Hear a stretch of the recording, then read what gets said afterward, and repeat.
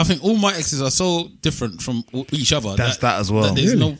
yeah. There is none of them are the same in any way, shape, or form. Like for me to say, "Oh, you're just like so," none of that doesn't work at all. I realise I don't have a type. Yeah, that's what I'm saying. As well. I have a type where they have to. For me, Black and I have to be able to look you in the face. So on a daily basis, I have to be able to look you in the face. Everything else, it grows organically. Organically, and Stav said black and big bottom.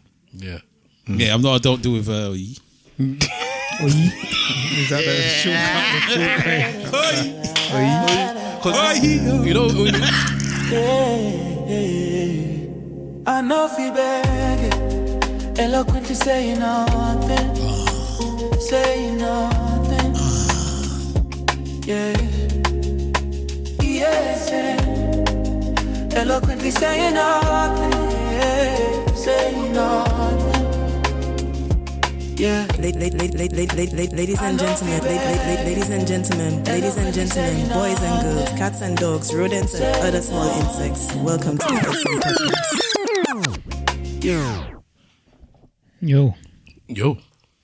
Yo. Yes. Ladies and gentlemen, boys and girls, cats and dogs, rodents and other small insects. Welcome to Nobody's saying nothing. the Eloquently Saying I don't know. podcast. I've been complaining about this constantly, and Well, we're jeopardizing your thing. you always like to jeopardize me anyway. It's fine. We're trying to drag you down. Sabotage. It's a sabotage. Dun-dun. Dun-dun. One of the best hip hop videos. Who am I talking about? Would you even count that as a hip hop song? In fact, the rapper is. Yeah, well, you say of course it is. It's a hip hop song, man. Rest in peace to the ones that died. I think there's one or two that died in Beastie Boys. Boys. I don't know. I know definitely one that died in the Beastie Boys. I can't remember which one though. That era, boy, when people are just dying. What's the robot one? Intergalactic. What was the name of the song? I don't know. I was never a big Beastie Boys fan. Beastie Boys have got some classic songs. Very, very classic songs. Yeah, but obviously, I guess I've never actually listened to an album, a Beastie Boys album. To party. I wasn't a fan of them either. Say again? I wasn't a fan of them either. For reasons. That's all I'm saying. Maybe. Hashtag ESN Pod start joining the conversation. Sorry. Didn't particularly like their music either. You're not a rockish type of... I don't mind it though. Rock rap. I don't mind rock that sounds good. Damn Barack. I just didn't like their blend of hip hop and rock. I like the Beastie Boys, but anyway. The songs that were big I liked, but I've never listened to their stuff. Would you consider... I mean, Red Hot Chili Peppers is just rock, right? Or indie? I don't know. I'm not an aficionado of that genre to start sub genres. I do love Red Hot Chili Peppers. Yes, but I Do you listen to their albums though? Yeah. Back then. At Christmas, now just gone, I was talking to one of my nieces and Green Day, you know Green Day, we were singing a Green Day song and my sister said she preferred one of the other songs, and then I said something about it was either that or Nirvana, and I said rock, and one of the youngsters said, it's not rock, this is grunge. I think it must have been Green Day. And I said, yeah, but grunge is a sub-genre of rock. Yeah. And then that started the debate, and I was like, but in her eyes, it was, and this song had come out before she was born. I was were you there during the karaoke? I was there at the end. They knew best songs, like decades before they were born. Not even like just before they were born, like 20, 30 years before they were born. Like, I'm like, I had to question one of them was when the Biggest Smalls jump. I said, what you know about Biggest? I had to sit there, I looked at her, you know when you look at somebody, I pulled my trouser leg up, my left one. What you know about the Biggest Smalls? What you know about that Biggie? She's like, oh, no. And now because that Puffy thing has come out now, they're telling me things about the Puffy documentary. I'm like, you know about no damn Biggest Smalls. That is opening up people's eyes. No damn Biggest Smalls, man. Yeah, that Diddy doc. Interesting. This goes out to those who choose to use disrespectful views of the king and NY. You don't know what I'm saying. If we don't understand what I'm saying now. Lyrics. You don't know what I'm saying. Now you're brailing it.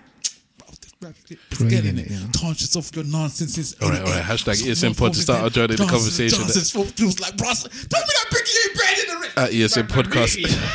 And I muted it. Sorry, I stopped you in your flow. No, I stopped you. Don't worry about it. At ESN Podcast on all the socials. ESN Podcast at gmail.com. It is currently 21:19. The date is the 28th of December 2025. This is the last episode of 2025.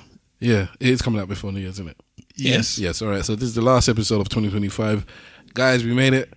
It's not everybody did. So congratulations, well done. And I know I'm tempting fate. It's a few days early, but God willing and all of that good stuff. Inshallah, we'll get to the other side, not the upper room. We'll get to the other side and enjoy each other's company for years to come. No homo. Move that stupid scarf out of my face. The scarf is nice. You know, but why did he flex it? Why did he flex it? Was that a gift for Christmas? No, it was actually when I went to Liverpool Wolves last year, funny enough. Okay. A friend of mine hooked me up with some Merch. no, it was what do you call these things? Vouchers? No, you know the top tier. Oh, okay. tickets. You get the things for free. Box. Yeah, he got me a box seat, and it was actually in Harvey Elliott's family's box as well. Okay. That's not the one you sent the video from, is it? Yeah. So that box looks dead. Oh the my box was days. good, bro. Maybe Got fucking scarves and all. that came with the thing. Yeah, They have to give you that. None of them stuff they give you stuff for every time. Food, When we drink. did the tour of Arsenal, innit, they had different, Really good. them different levels, the diamond level, the marble level, whatever it is level, and then some of them are just like their food is here, the thing is here, but God knows how much them tickets cost. Well, if you had a box, you saw the year in it. So Yeah, what usually happens is somebody owns the box and leases it out or rents it out. Or just gives it to gives their it to mates. the people that they want to get it to. Jeez, man. This I need that. Imagine getting to that point. A lot of the I have players one. have I a didn't box. realize it was that way. It's just I'll just have a box there in the Emirates. Yeah, this guy helped me. He looked after me one time. All right, the sexy voice needs to end for There's 2025. no sexy voice. Yeah, Just don't show me that stupid scarf. Just my voice. Man, fluffed it out in front of me so I could see it. You The know? scarf is nice. What's your problem? They're not gonna. Are you full place now?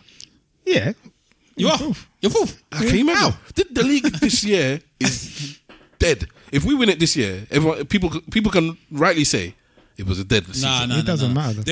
Last year's season. How many seasons did they lose? And last they're year's one still was full dead place. compared to our one because at least somebody is chasing us. Last year they had almost won by now. 21 games in, you'd won by, wasn't it? They almost won by now, boy. Yeah. I mean, Whereas we hadn't won Arsenal- officially, but they were uncatchable. Yeah, Ain't no one gonna catch you can't say that this one is dead because Aston Villa is on a magazine, bruv. No, but this time last year, 11 games in a row. after 17, 18 games, we wasn't clear. You were just clear, top. man. You just You were top. clear, but you was clear, bruv. You was clear. Everyone was just drawing or losing. But and you yeah, and you the knew standard, but they say the standard of this year is not good though, bruv. Like the stats say that the ball has been in the air more than any other season ever. Yeah, because of the throw-ins and the corners. Yeah, well, Man's copying Arsenal. that displays that. Yeah, everyone seems to be copying that, and just the ball's not on the floor. The football's not sexy. Innit? I saw there was a Manchester United one of these Pundits. the Jack the Lad one, but the biggest one. Mark Goldbridge. Mark Goldbridge was saying, I like that guy. That who guy's is it? funny. Like, He is. who did Man United beat 4-1? Just recently. Yeah, I don't think they did. They did. They beat somebody 4-1. They did. and basically he's like, some people are mocking Arsenal because we barely beat them, whoever it was. Might have been. No, was it Wolves? No, they were playing Wolves again next. Whoever it was, anyways. No, it was Wolves. It was Wolves. Okay, so we beat Wolves 2-1, and they scored all 3 goals. Is that the one where they scored all 3 goals? Yeah. All right. So it's like beating Wolves is not for everyone. It was like people tweeting mocking Arsenal kind of thing, or beating them like with some chest. And it's like, you people don't know how to analyze ball. This is a Man United supporter, by the way, saying that the reason that they barely won is because they shut up shop. They went down and respected Arsenal, they didn't respect Man United, so they tried to play against us, and unfortunately for them, they got And battered. they were at home, but though, but so. they didn't even respect us to even try and defend. Whereas with Arsenal, they knew they just had to put I do everyone like behind him. the thing. He does know his stuff. Yeah, and he doesn't. He's not. Even He's though not he's a Man overly United fan, biased. yeah, he's not overly biased. He'll say the truth of what he thinks is the truth. I But think what makes me laugh the best is ones usually are actually sorry, go on. He gets mad when they score a goal. I just like watching reactions of goals when their team loses because him and Expressions, they're very good at it because he's quite quick with it as well. Yeah. So when they score the goals, he's very quick with the stuff that you see, and you can see the actual physical anger in his face of why. Because obviously Man United have just been doing so much nonsense for the past. There we go. Yeah. There we go again. Yeah. But, Flip it now. yeah, but Soft as an ice cream. You let the go in. What's going on? His hands is flappy. Yeah. Like he's from everything, everywhere, all at once. Yeah, he's good as well. But still, Expressions is still my favorite one because he was. It would just start getting angry, and then it would just start cussing. Expressions He has bars, man. is a We talk about this guy every week, you know. trading. No, we don't. Expressions is a trading places kind of dude. He's a dude that if he was born in a different house in a different area with different finances, whatever he is, he would defend it. I don't know, but either His way, brain is too fast. You just mold him into whatever it is you need to mold him. I just know that you are missing so much of the things he's actually talking about because you don't watch wrestling, and there's so much stuff that he says that if you don't watch wrestling, you won't even know what he's talking about. Yeah, and then but it's the same with other stuff as well. Like he'll tossing like a politics thing sometimes. I'll be like, this man is just tossing it, and I know that most people are watching it are only catching half of what he's saying. What he's saying. I watched Training Plays about 3 times in the last week and a half. Just looking at Jamie Lee Curtis. But not from the beginning to the end. To be honest, like I was saying to the missus that I think that was the first time I saw Titty on TV. Yeah, we said this before. Yeah. I would be the first Titty. Yeah. And it was a good titty. Well, if I remember correctly. yeah, I watched it not beginning to the end, but I saw that about 3 times in the middle, towards the end, at the beginning, and Die Hard a number of times. And obviously the one and only Home Alone. Home Alone I must have watched once. Really? Yeah, I don't. I know it's one of them Christmas films that everybody's like. That's the kind of film that my dad, will sit together and laugh their head off like they've never seen it before. Well, I don't sit down and watch TV with my dad. The thing about No, I'm saying that they would like. That's the kind of comedy wrestling. that they will find funny. you know what makes me laugh about Okay. Home Alone? I don't know what that It's just another. For me personally, it's just another way to show you that Joe Pesci is one of the best that ever did it. Yeah, he's not typecast, is he? He's just so good at everything.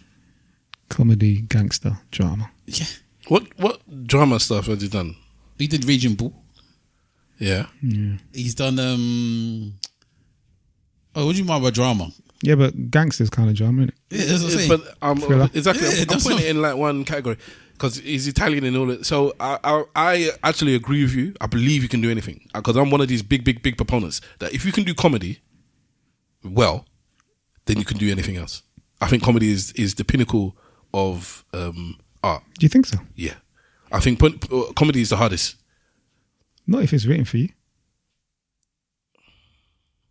Someone could write you a perfect I'm script. talking about Because improv is what's to me that's the pinnacle. That's like freestyling as a rapper. That's yeah, but not that's, everybody can freestyle. Though. yeah, that's a skill that that's the ultimate skill for me. it's As a rapper. Okay, freestyling is the ultimate skill, but Because you're thinking off your head. All right, but are your favorite rappers the best freestylers? Look at some of the freestylers when they come into the game, or these battle rappers, and they come in and it's like, bro, you can't do 16. You don't know how to even do a chorus. Like you don't know how to structure a song. And I get it, but that is its own art form within an art form. And it's for me, as much as it's I can't even call it the pinnacle because I can freestyle. I've been on stage and told people put their hands up, and I've had to say what is what. When have you ever did that? Yeah, When? around the corner. When what's that club that was there near Finsbury Park? It's not there anymore. You and Web Slinger have been doing unnecessary nonsense. What's that- places. what's that club? It must have been with him. I don't remember. What's that club that was there? I don't know what you're talking about. Remember the club that was? Isn't it Finsbury Park? It was on the whatever road, and it's not there anymore. Maybe All Nations? I can't remember what it was called, but it was there. Maybe they turned it into a church or something. And Temple? No, Temple's Tottenham. It's around here. Anyways, I remember doing it there. Freestyle competition. Jump on stage. I came second place. You came second. Yeah, if I recall correctly. Well done. And that was on. And whoever I was with is the one that was go on. You know me. I'm not gonna do the thing. Go on in. Back then I was more modest than I am now. Now I'm not modest. It's like, but I still won't do it. But I'll tell you I could do it. Whereas back then, Do you think that? How much do you think your life would be if people didn't push you? Me? Yeah. How different do you think your life would be? It'd be mad because I wouldn't. Can I have more volume? Something. He's gonna start shouting. Yeah. How different do you think your life would be, bro? If you get more volume, don't shout then. Oh, all right, okay. I'm not. You didn't shout there today, but I'm just saying. It's way different. People pushing me is what has given me certain sparks. My job now is because of Mr. Wolf. My job before was because of you, my brother. That freestyle thing was because of that. When we were on stage in Hackney Empire, it's because of my other brother. There were many seminal moments in my life where it's like somebody else pushed me in a position to do it because they pushed me or they said or they signed me up. My first job was my dad. If my dad didn't say, get up, print out some of these CVs, and he drove me to Stratford and said, I'm sitting here, go and pass it out, I would not have had that job. I was in that job for 11 years. He knows his children, boy. He knows them. I'm telling you, you know your children. So I know that I'm a craps. I'm lazy. I'm too laid back in terms of. I think I'm a good person and all of that stuff. But in terms of if you care about ability and drive and ambition, it's not me. To go back to what we were saying before the podcast, I'm not going to mention who, but the person I said I was on a date with, and they started saying stuff. Remember the reason that I didn't date that person? Not because of the person they said they had done something with, because they said I'm ambitious, and I said I'm not, and they said I am, and then that's what they said. I'm not dating this person anymore because you saw somebody that is not the case. Because you lie. No, you believed I was this person, and I'm not that person, and I'm not. It's only because at the time because we were doing so much stuff. Because so many things. Yeah, it looked like, this person's ambitious, but I'm not. You misread the situation.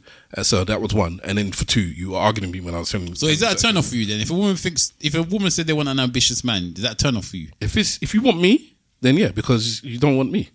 You want somebody else. So she said, I want a talented man. You'd be happy to put your hand up. Yeah. But ambitious is a bit too far. One straw too far. I'm not ambitious. No, I'm just saying that is the bit where you just be like, that's not me, fam. It's not me. So I don't want you to be with me expecting that because you're gonna get disappointed. I might like you. So if she says to you, she came to you and said, you know what, I like you. The reason why I like you because you're not really ambitious. I don't really think you're going nowhere. Yes. So I think you're gonna stay right where you are, and in the friend zone. And I'm quite happy with that. No, she wants to date you because she knows that you're not going anywhere. You are who you are. I don't expect you to start making millions of dollars, pounds, coins, and then suddenly leave me for a model. Well, or a white girl, as Kanye West would say. Would that turn you off, or would you be alright with that? Can we do a very, very, very, very quick vote?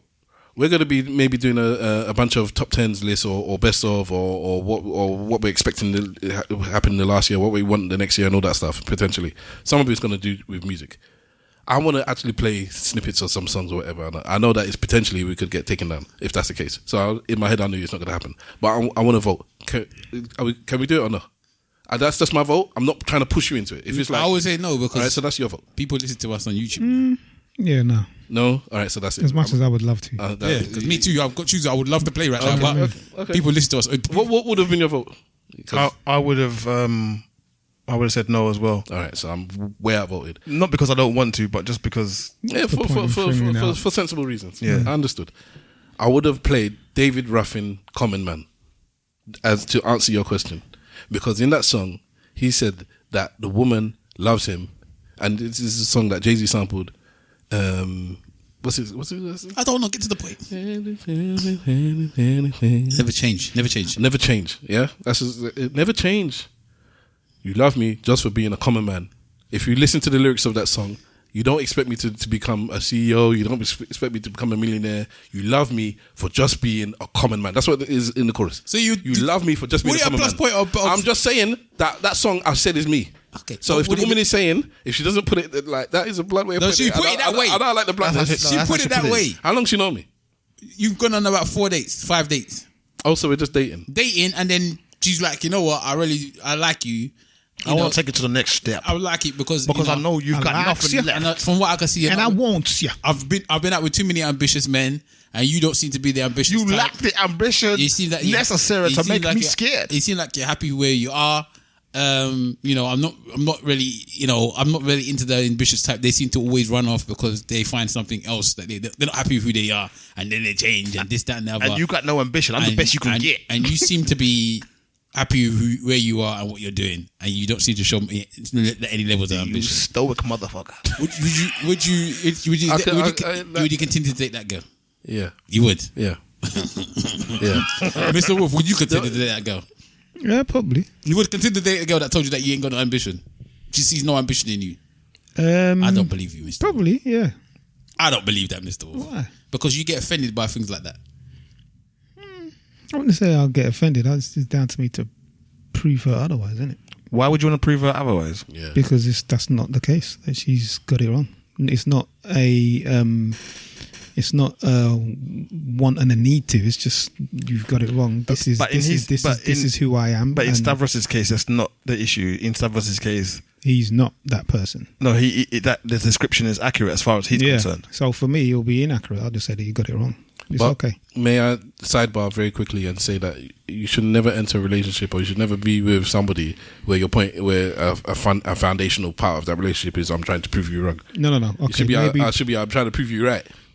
As in, you have faith in me. I know that. I'll back you up. I know that when it comes to wording, no, he's giving a public service announcement. There's nothing wrong with what he did. Yeah, one must be specific and very correct with their words. So maybe prove is not the correct term, but I would just be being myself, and by being myself, I am ambitious, and it will show that. So you want to challenge her? That's what you're saying. Not even to challenge her. But you're challenging what she said.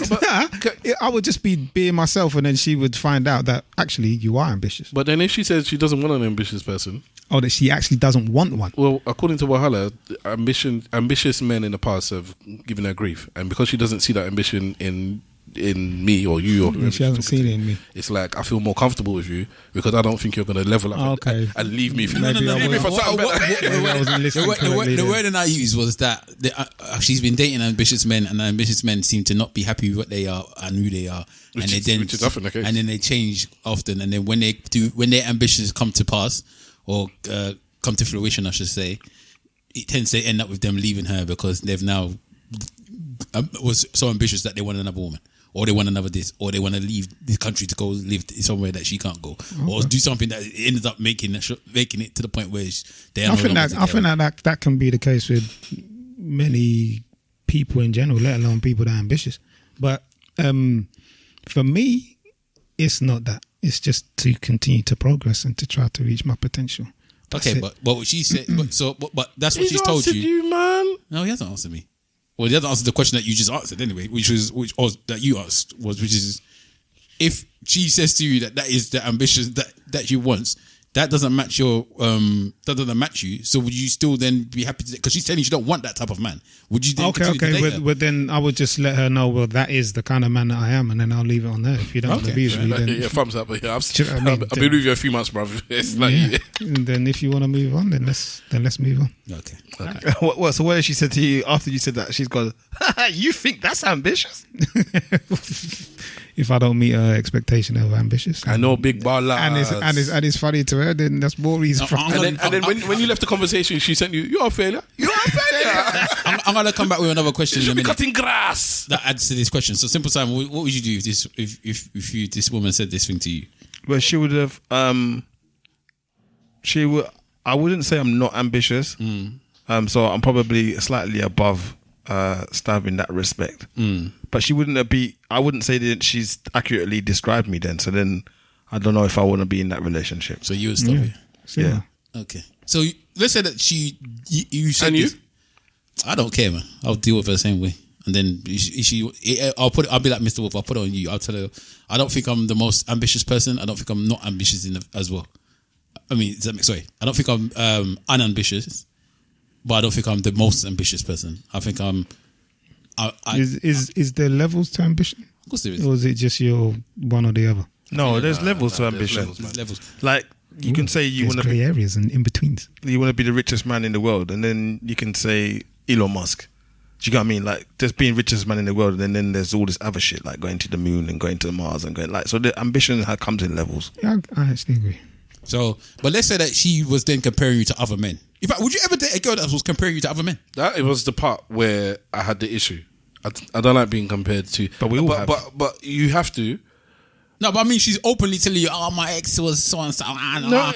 He was this." Yeah, verbalizing it is not good for a relationship for me. I think that everybody gets compared to everybody in some way, shape, or form. I take back what I said. Do you know what I mean? In some way, shape, or form, people get compared. If they do it openly or in a covert way is another thing. But if your partner would have compared you to her ex, yeah, but I'm saying open in there, verbally open. Okay, but then that's a problem. Like if you're saying like my ex always put the toilet seat down and you don't. Now I'm talking more about the ambitious thing. Like my ex, he made bare money and he was doing this and he was doing that and blah blah blah blah blah. That's ambition. That's for me. Your ambition is not ambition. Yeah, basically. Compared to for me, that don't sound like ambition because I've seen ambitious men and you're not like that. The person I was in the past, Kunle, was blatantly ambitious because every time Kunle woke up in the morning and he was out. He seems to be Kunle. Kunle is the worst human being on the planet. Kunle would cheat on his wife with his best friend's wife. That's the way I always put. I always just put anyone that name Kunle is a rascal. I don't know why. Every Kunle I know is a rascal.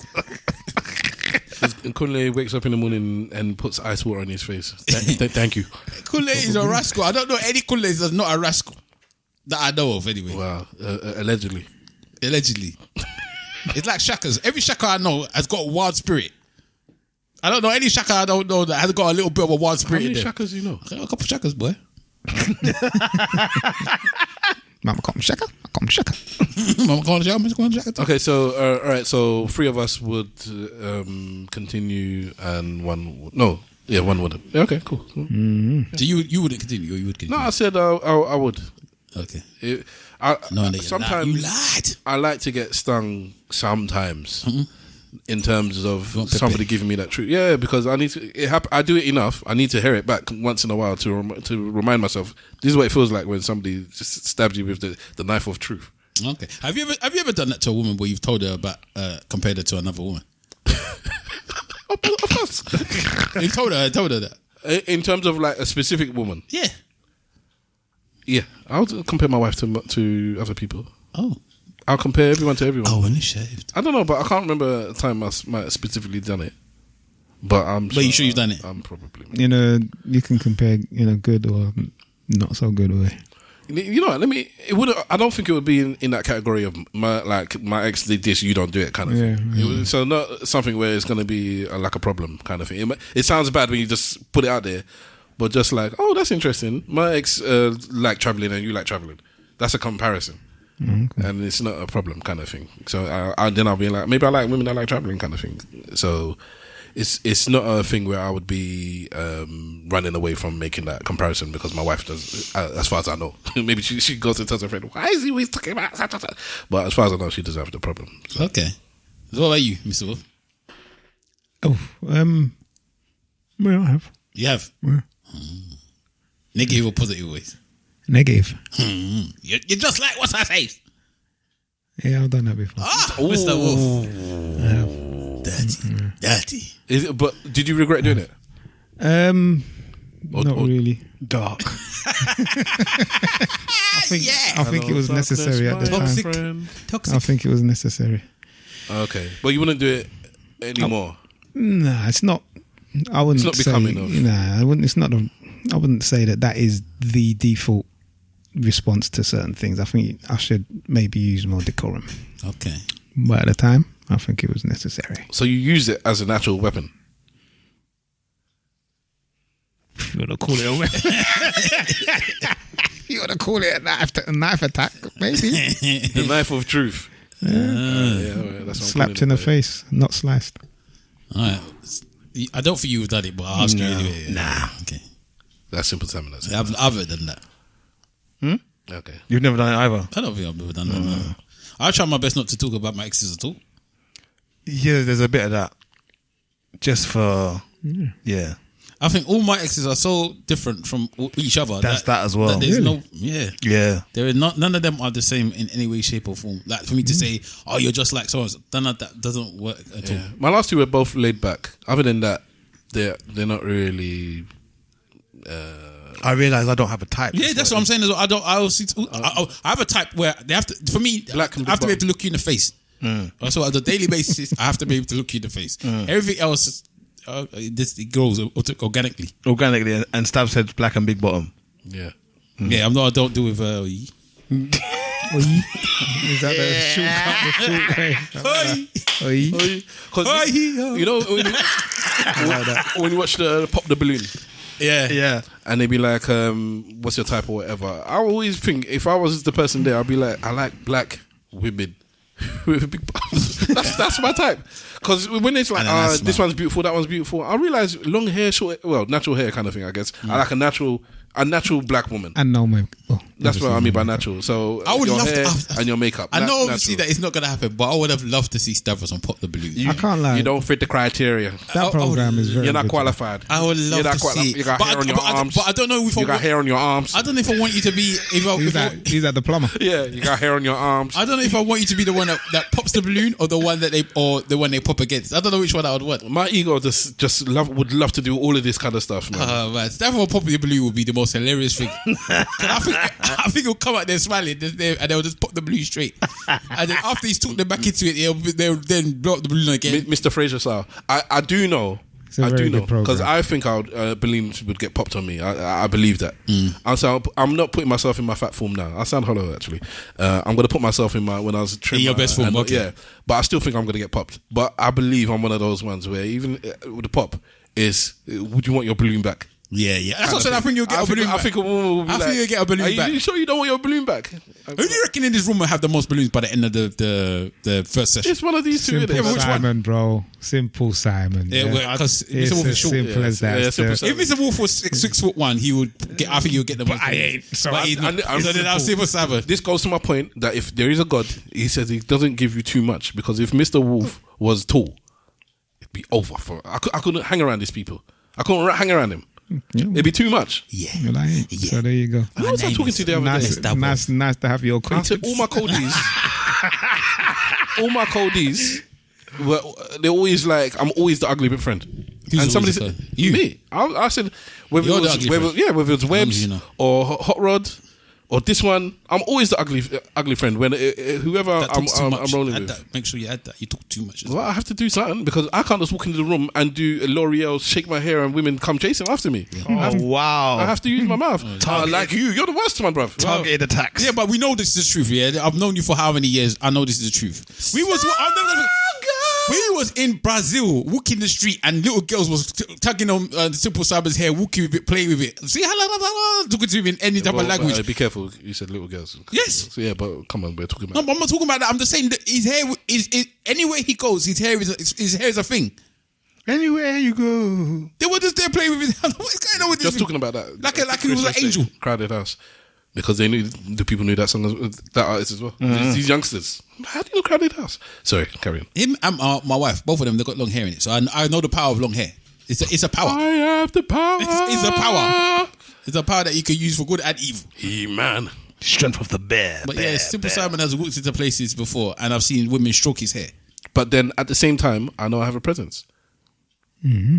So you have to open your mouth for that. I have something. No. You think you walk into a room and then people see you? Yeah. Is your stomach first? I've been there. All right. I've been there. I defend it. Okay, so we all agreed that it's Simple Simon. I think Simple Simon would have the most balloons. Mr. Pop. I'll take it. You defend it. I defend it. In front of me. I think I'd have the least balloons though. You'd have the least balloons popped, you mean? No, the least balloons from the first entry thing. I think I'd have less balloons than you would. I'm confused now. The original question was who would have the most balloons? Oh, so we walk in as a single person. You walk in and then the person, how many balloons do you think would be popped? Like who do you think would have the most balloons unpopped with the first walk in? Oh, that was the question you asked. Yeah, that was the question I was asking. So Simple Simon. Number one. I think Mr. Wolf. Then I think you, and I think I'll fourth. You'll be the last one, you think? Yeah. Why? Because people think that you're better looking than me. You know what? I was talking to my daughter today. So my daughter is 5 years older than her brother. Talking to you, audience, now. and she was being too firm with her younger brother. And I pulled her to the side and I told her, listen, you need to show grace to your younger brother because if you abuse your power, because I've bestowed power upon her. I've told her, because you're older, you have responsibilities to do X, Y, Z. But now I'm going down the route. What is it? The Spider-Man route. With power comes responsibility. I've actually given her that line, yeah. And the responsibility is you can't take advantage of your brother just because you have the power to do so. And I said I used to do that with Uncle B. I said I was older than him, and I was gonna go down the spiel of abusing power with my younger brother, and I don't want her to make the same mistakes I did. Yes, this is something I'm telling my 9-year-old. But before I got to finish, she cut me off. Oh, sorry. After I'm finished, you know when you give this big spiel, speak to the person, they blink and they said, I thought Uncle B was older than you.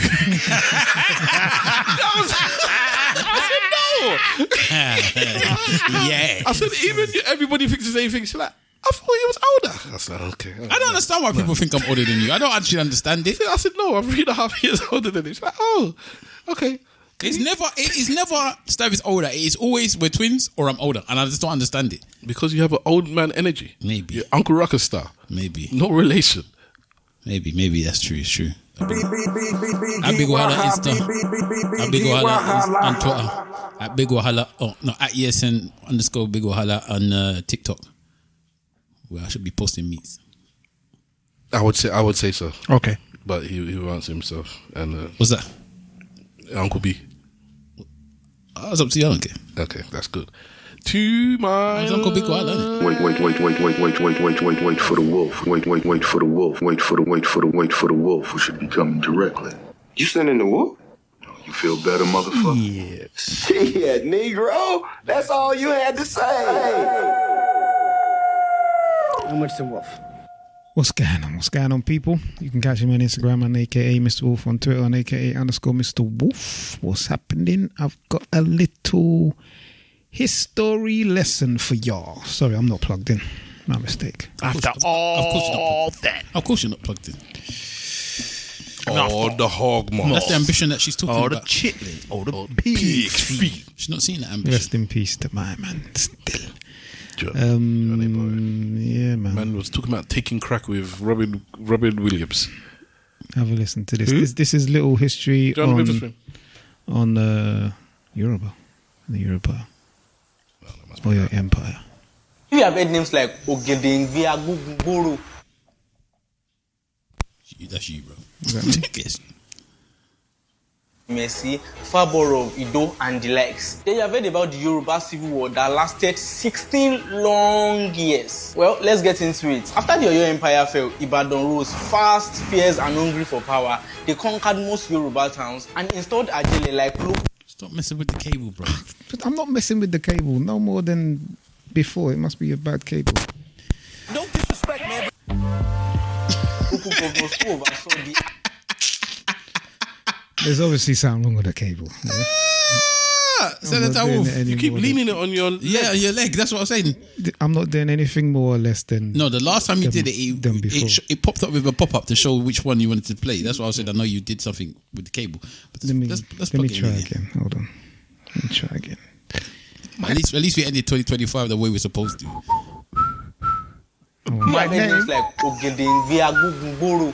You don't have to show it to us. Just look at it yourself. Faboro, Ido, and the likes. Then you have heard about the Yoruba Civil War that lasted 16 long years. Well, let's get into it. After the Oyo Empire fell, Ibadan rose fast, fierce, and hungry for power. They conquered most Yoruba towns and installed Ajele like local governors who oversaw the affairs of each town. As expected, the Ajele became so arrogant and power drunk. For many years, people of Ekiti and Ijesha endured humiliation until one day, Fabumi of Okemesi was having a ceremony. The Ajele came, they were caressing his fiancée, and what happened? They struck down the Ajele. From there, trouble began. Rebellion spread like wildfire across Yoruba states. But a revolution needs more than rage, it needed direction. That is where Faboro of Ido came in, united all the scattered voices and gave them a name. Ekiti, Barapo, loosely translated as Ekiti, come, let's unite, or Ekiti, let's unite. And when they needed strength, they saw it in Ogedengbe Agbogungboro, a very courageous warlord. It was named the Kiriji War, named after the thunderous sound of the cannons. For 16 long years, the Yoruba land won until the British stepped in, not out of love, but out of loss. The British were losing money due to the war. So they came up with an idea to bring the warlords together. And in the year 1886, under the British supervision, a treaty was signed and the war ended. But peace came at a price. When the British silenced the guns, they also silenced freedom. They ended the war but started their own rule. Well, now that you know this, pass it on. Colonization. Yeah, for real. Now, that Instagram page is called The Reboot TV. If you want more information on Yoruba and Nigerian culture and history as a whole, go visit them. The Reboot TV on the Instagrams. You can catch me on Instagram in aka Mr. Wolf, on Twitter on aka_Mr. Wolf, or scan on people. To my right. Greetings in the name of His Imperial Majesty Emperor Haile Selassie, Empress Menen Mama.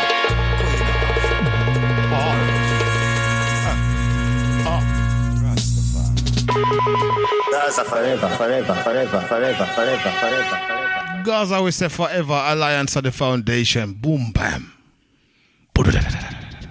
Jama. Don't kill him with it. Jama. I've ridiculed everyone on the roster. I just want to say from the bottom of my heart, I'd like to take this chance to apologize. One. To absolutely nobody. Get down. The double tap does what the he wants.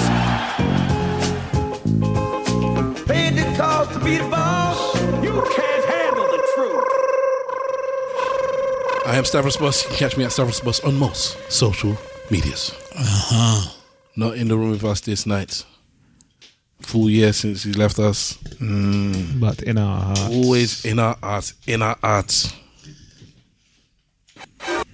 Spider sense tingling. Spider sense tingling. Spider sense tingling. Spider sense tingling.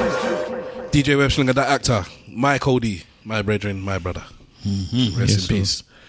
Rest in peace. This is episode number 545, I feel, sir. In your blood. Merry New Year. I hope you had a good Christmas and all of that stuff. And Happy New Year and blessings for 2026. Merry New Year! All right. On that note, what was the question I wanted to ask? 544. It is 544. I was wondering because I couldn't find. Oh, what did you say? 546? 4545. I said 545. And you checked? Yeah, I think he said 543. But no, I said 545. He said 455. He said 45. Okay, episode 544. Thank you for joining us. Before we started, you brought up a topic, and I said let's discuss that. So before we get into any top tens and all that stuff, let's just get out of the way. Oh, okay. So this was a topic about can somebody be a good father if they don't look after one of their children? Yeah. So we'll give what's his name? What's the guy that does Wildin' Out? Oh, Nick Cannon. Nick Cannon. All right, Nick Cannon. So I'm gonna say, yeah. So one child is with one person and they don't link or see that child, and then they have children, whether with one or two other or three other, multiple other people, but they deal with all those other children, whether it's with one person or more. Are they still a good parent? And I'm gonna say, I think yes. Oh, the police. In my head, I'm thinking yes. Unless you man can maybe talk me out of it, but I'm thinking yes. No. I think it depends on the circumstances. So if there's many situations, unfortunately, where men want to be in the lives of the child that they're not in a relationship with the lady and they cannot. They haven't been given access for reasons that are beyond their control. There are obviously reasons that are justified why some men are not given access to their kids, but under this circumstance, I'm talking about men who want access and who are not given access for circumstances beyond their control. So based on that alone, I would say you can. However, if you have access to that child and the woman or the law or whatever is not preventing you from having access and being an influence in that child's life, then even though you're quote unquote a good father to the child that you're with, I don't think that you can be considered an overall good parent. Wahala? No. Just no, as far as I can say. You need to, and again, I hear what Mr. Wolf is saying with the lack of access and stuff like that. But again, after a certain time, you may be able to reach out to that child on your own accord without having the courts or anybody involved. And if I don't see you doing that, then I definitely don't think you're a good parent. But from that time to that time, then let's just say I'm just not giving it to you. Even then, if you're not constantly fighting for your child either, if I don't see you constantly fighting for your child, I don't think you're a good parent. If you're just prepared to say, you know what, I've had enough. So what if they are fighting? If they're constantly fighting for their child and they're being rejected, then that's different.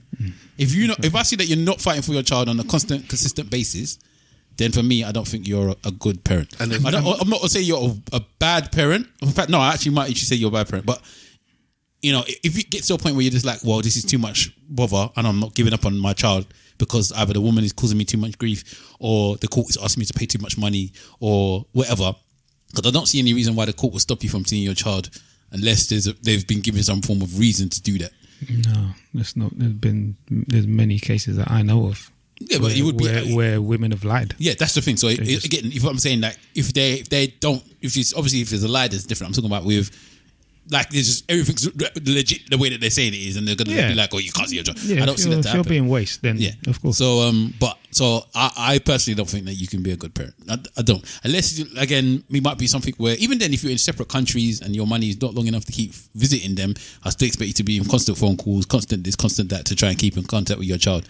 Even if it's a one night stand and that child is now a result of a one night stand, that's still your child. You took the journey off, or or maybe you didn't. I don't know, but you had experience with that person, and the child came from that thing. I expect you to look after the child. I've heard of that circumstance a couple of times, where one night stand has occurred. They've had a kid, and they've been there, and that child lives far. Yeah, do you know what I mean? But they travel all the way up to different part of the country. Yeah, man, and that happens, isn't it? So again, it's not the child's fault. The child needs parents, and you should be a responsible parent. That's for me. I don't think that you can be a good parent if everything is legit in a way. I don't think so. No. I don't care how well you look after your other children if one child is being neglected. Interesting. Simple Simon. It's a hard question to answer because I think it's about a view of perspective.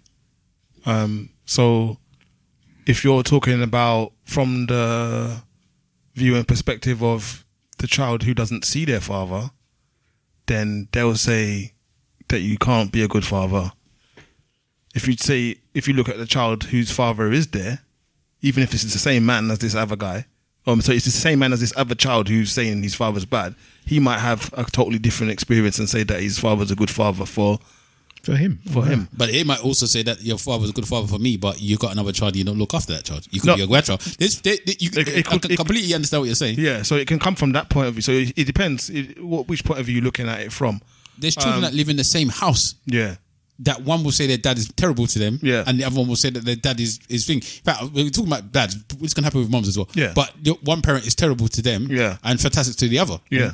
Happens all the time. So it depends on which way you want to look at it, what perspective you want to look at it. For me, I go by definition, and the definition for me of a good parent is that you're actually active in your child's life, and you're having a more positive influence than negative. So that's how I would define, whether you're being a good active parent or not. And by definition, even if it's because the courts are not giving you access or the mum's not giving you access or what have you, not the way that you can't get access, the fact that you don't have access would then by definition make you a bad parent because you're not in that child's life. You get what I'm saying to you? So yes, you can say there's circumstances in the sense of it's not your fault, it is your fault. You're being obstructed or you're not being obstructed. But the bottom line is you're not able to actually do the work. Yeah, but if those... and by definition, if you're not doing the work... If the ability for them to do the work has been taken away from them, can that be true? Yes. They're a bad parent? Yeah, because just because something's got taken away from you, it doesn't... Like, I can't gain access to an aeroplane. Yeah. Does that make me a bad traveller? Well, you can travel in other means. Yeah, I mean, when I mean traveller, I mean overseas traveller. Do you know what I mean? You can still travel in other means by going overseas. But in that circumstance, I think it sounds harsh. Because it's a little because when it comes to children, it's it's very sensitive, isn't it? Yeah, and I'm deliberately going by definition and overriding that sensitive stuff, because what happens with that sensitive stuff is it can actually cloud the judgment. Do you get what I mean? Because you now start putting more onus on the sensitive stuff than on the actual fact. And the fact is, by definition, you can't be a good father if you don't have access to the children. If you don't have the opportunity to have the influence on the children, you can't be a good father. Whether that's by your doing or whether it's being done to you, the point is you don't get access and you can't do it. So that's it. Unfortunately, it's like that. I guess we need to look at the definition of what we feel the idea of a good father is. So in one person, it could be potential. And it seems like with Simple Simon, it's kinetic energy. It's like, what is it you're actually doing? Not what you want to do, not what you try to do, not what you're thinking of doing. If you haven't done it, then you're not qualified. You got hair on your arms. Am I right in saying that? Yeah, that's kind of how I feel about it. It sounds a bit harsh, but it is what it is as far as I'm concerned. You know what I mean? It is harsh for me. I mean, thank God I've never been in that kind of situation, but I've seen men that have that they try, but just circumstances beyond their control has prevented them from doing what they're craving to do, and it's put them in mad depression and I all these kind of things. You know what I mean? 100% hear it. Lies and the law of the land siding with a liar, to stop you from doing what you want to do as a man. Sometimes the results don't match your expectation. The results don't match what you consider to be fair. Sometimes they don't. I think if you're putting an effort in to try to beat the circumstances that are beyond your control, and you're trying to gain control and have visitation or have an influence, you're showing potential. I think that you're not actually being a father. Exactly. So you're showing potential, but you're doing what you can to. You're showing potential. If it's called potential, I don't know what it is. Is that the definition? Kalashnikov said, "Kidnap my son, take him." Huh? Kidnap my son, take him. Kalashnikov, said, "Kidnap my son and take him to Jamaica," or whatever he said he was gonna. I mean, but that's the movies, isn't it? Like if you do that, then you're gonna make the news. And that doesn't necessarily make you a good father either. Exactly. So you have to go through the legal means. Like the Western world has really tied some men who are trying their best to be in the lives of their children, and some situations are preventing them from being a father. Like it's made it really difficult and very, very, very, very expensive. And we all know the kind of climate that we're in at the moment. So, yes, it's... where women run the world, women rights. Okay, have it. They know their rights more than their wrongs. I don't know. I mean, I remember that there was this... I think Tyler Perry said a diary of a mad black woman, yeah? I believe that's what it's called. Yeah, and then there was another kind of different type of documentary. This one was a documentary. That was a film, and the documentary was a diary of a tired black man, I think it was, and it was about men who are trying to be in the lives of their children, from what I can remember. It was an interesting take from a lot of men on the street. The street. It can be very dangerous how some people can use their children as a weapon against each other. The same way you use your ex against a weapon against your other girlfriend or whatever. but it is very sad when people are taking that. So Simple Simon did something that many people can't do. Right there, which is to take the emotion and everything out of the situation and just give you a straight up thing. And a lot of the time when people have children with other people, they do not, and things fail within their relationship, they find it very difficult to remove their emotion with the person itself and strip that against their parenthood. Does that make sense what I'm saying? So they're like, as an emotional thing, me and you are not together, I hate you, you cheated on me, or you did this, whatever you've done to me, they don't know how to compartmentalize. Use that word. Then compartmentalize that and remove it from the situation of the person being a parent for their child. As you could say, there could be some people might argue you can't be a good father if you're doing all this stuff to the mother, but you're still a decent enough father to be in the child's life, right? No, but I mean, even by that, like again, if you go by definition, you can't be a good father if you're doing this to the child's mum. I'm not the child's mum's father. I'm the child's father. So if you're looking at the actual relationship of the parenting, then you can't say how I treat your mum is part of my parenting. Of course it is. How? Because are we taking into account? Or I'm being very literal in the sense that your mum is not my child. It's behaviours. Are we running on the theme that the child lives with the mother? Yes. I think that's 99.9% in this scenario. of the cases. I think that's the scenario you put forward, isn't it? Yeah. Okay, all right. So in this scenario, if your mother is having a mental breakdown because of how I'm treating her, that is going to filter down to the child. Yes? Oh, yeah, it will filter down to the child. Then how I treat your mum has a massive influence on you. Even because you spend most of your time with your mum. Even above that as well, I'm an example of what I'm supposed to be an example. And if I'm mistreating your mother, that's not a good example on its own. And as a parent, one of the best things you do as a parent is to give a good example to your children. And if you're giving them a bad example, that's not necessarily good. Fair. I think all you guys have basically, because I'm the one guy that's kind of like said yes. I asked you to change my mind because I wasn't solidified. Said on yes, it. what, that you could be a good father. And, yeah. Oh, okay. And Mr. Wolf kind of split the difference kind of thing there, but yeah, did yes and no. And then you two guys have just said no. I think you've all come up with good stuff that has made me lean towards the middle kind of thing. But what I would throw a bomb in there and then ask a question to maybe Simple and Wahala is the bomb is that let's not confuse perfect for good, because it seems like if you make any error, you're not a good parent. And it's like, that's not what I'm saying. It's just like you said. If you mistreat a woman, for instance, and it's not causing her the biggest breakdown in the world, and she's not taking it out on the child and whatever, just the child seeing you not being the nicest to their mum is being a bad parent. I'll be like, no, that is a bad parenting. I said it's a bad example. Okay, but then it doesn't really mean anything if it doesn't mean you're not a bad parent. Well, it depends if it's a continuous example.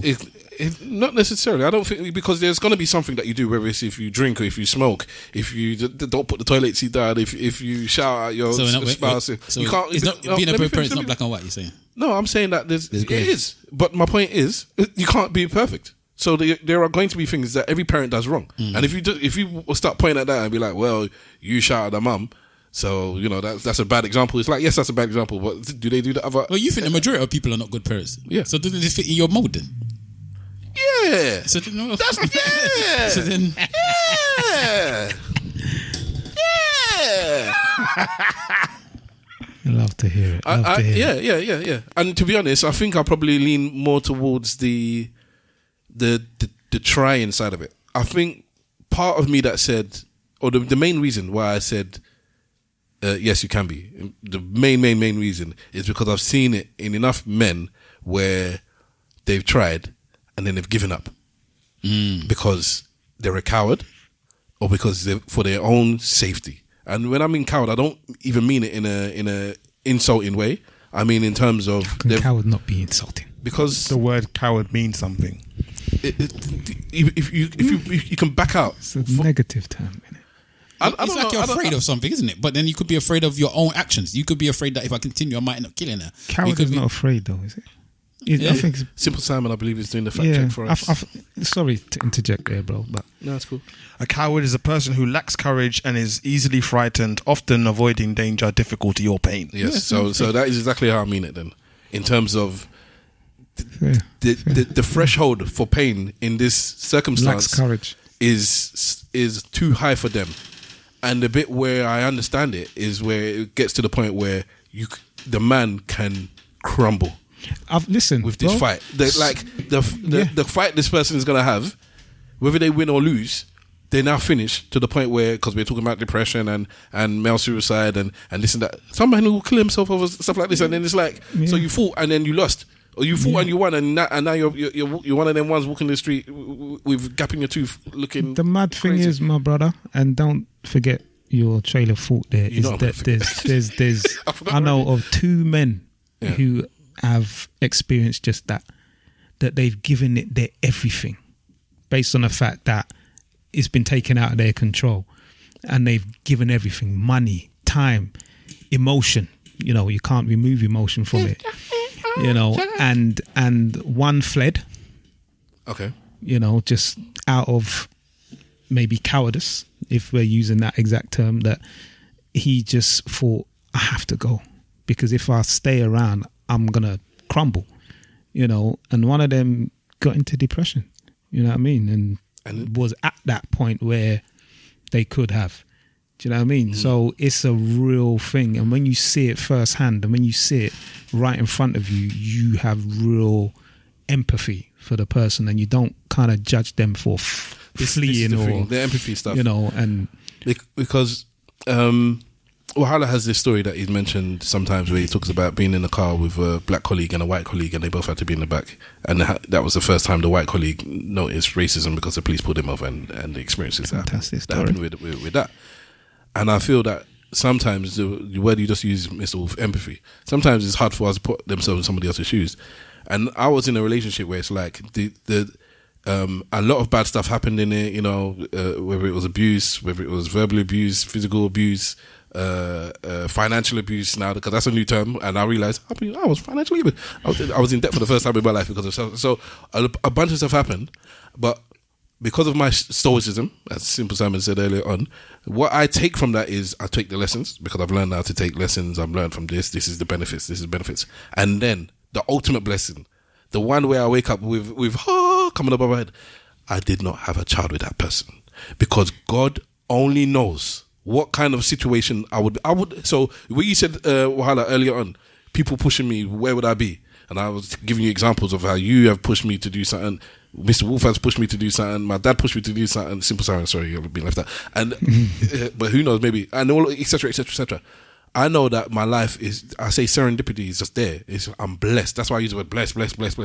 I am blessed because protection was not necessarily the thing that was top mind at the time, and I did not have a child with this. I did not have a child with this person, and if I did, I do not know where my life would be. I tell you this now. I would not be sitting here telling you I'm blessed with this breasts. This man was moving like Stone Cold Steve Austin, boy. Monday Night Raw. I'm telling you. So that's just a blessing. So I can put myself in that shoe and be like, I don't know where I'd be. And it's like, maybe I might be, I don't think I would, you know me well enough. But who knows? Like when you kind of try to remove yourself from your own blessed state, and then you plant yourself in that, especially at that age, because I was a chump at that age. Going back to Coward, when we talk about our best TV programs of the year, I'm going to mention one, and in it, somebody asks a person, "Why is it?" It's like you're fighting. What are you? I've never really known. And the man starts off his sentence with, "I'm a coward. I'm afraid to be put in a situation." Is this program that this is your program that you always been talking about for the whole year? We're not allowed to talk about that program. New programs only, not programs that you've been praising for. Well, it came out this year. No, the one season came out this year. Well, that's where we're talking about programs of the year. Anyway, forget it. I know you're gonna speak. I knew. I was even in my head. I was meant to write to say that you can't use Andor. This man loves Andor more than his own children sometimes. But yeah. Sometimes. I should play that. I might play that because I can do TV. I can do TV. Oh God, here we go. I can do TV. No one's heard Andor sing. We've heard Andor for the whole year. He starts off saying I'm a coward because basically I'm afraid of what might happen. So I'm only fighting because I'm so scared of so he's not even fighting from a place of strength. Sometimes you fight from a place of fear. Most people fight from a place of fear, I reckon. Well, yeah, fair enough. But anyway, my point being, in the long term, there's that. So to the people that ultimately you are not a good parent, is the fact that you could crumble, die, suicide, have a magazine breakdown. Does that come into it as well? And it's still like, no, you backed out, and it doesn't matter about your mental health. You're still a bad parent. Yes. Yeah, ultimately. Cool, no problem. All right, wrap that up. So next time they talk about mental health, guys, just know they don't care about your mental health. No, your mental health. You could have gone to a therapist and dealt with your mental health as well as dealing with the other thing. I live in the real world. No, that's the only thing as well, because we live in the real world. And sometimes it's not about everything can happen. It's like not everything can happen. Something's got to give. And what is it that's going to give? You're 100%. I accept it. Yeah. But he's kind of like worming kind of thing. You just said, that's it. If you don't do the connecting, potential doesn't mean anything. Worming about what? Like they could have spoken to a counsellor. You said they got depression. I'm saying that if you're depressed, if it's getting you that depression, you could also go and speak to a counsellor. And then that doesn't. If you don't work, it don't work. I want to see you make effort. How many depressed people do you know that don't do anything based on their depression? What do you mean? When you say how many people, do you mean how many individual people do I know, or do you mean as a trend? You mean divide? Maybe both. That are depressed and they just don't know what to do. Like the common sense will say, go and speak to someone, go and seek help, but because they're depressed, they don't. Yeah. I don't think it's depression. That's part of depression, though. Yeah, that's what I'm saying. Depression is that you're. So he's saying if you're depressed, I don't think go and see a therapist. It's not as straightforward as that. I don't think it's depression that makes them not see the therapist. What do you think it is? I think it's shame. Yeah. That's all because people have told people that you're not supposed to do this, or if you need to speak to a therapist, you're weak or you're this or you're that. And I think that. Do you think so? I don't think that's a thing now. Is it? Like if you see a therapist, then you're weak. Especially in. I think it's trendy to speak to a therapist now. That's very new age of you. But you have to remember that trees come from roots, and roots have deep and long veins. I don't know if most of our culture are at the space where you are now, where therapy is a very normal thing. I still think there's a large number of people within our age group who are shameful. Who, they might say that you can go and do therapy, but they wouldn't ever do it themselves. I think our age and up, is still techie. I think even some people below our age as well would be techie. I think all the young boys that's got all these mental health issues just going around killing each other. You think they're thinking, therapy's the one, bruv.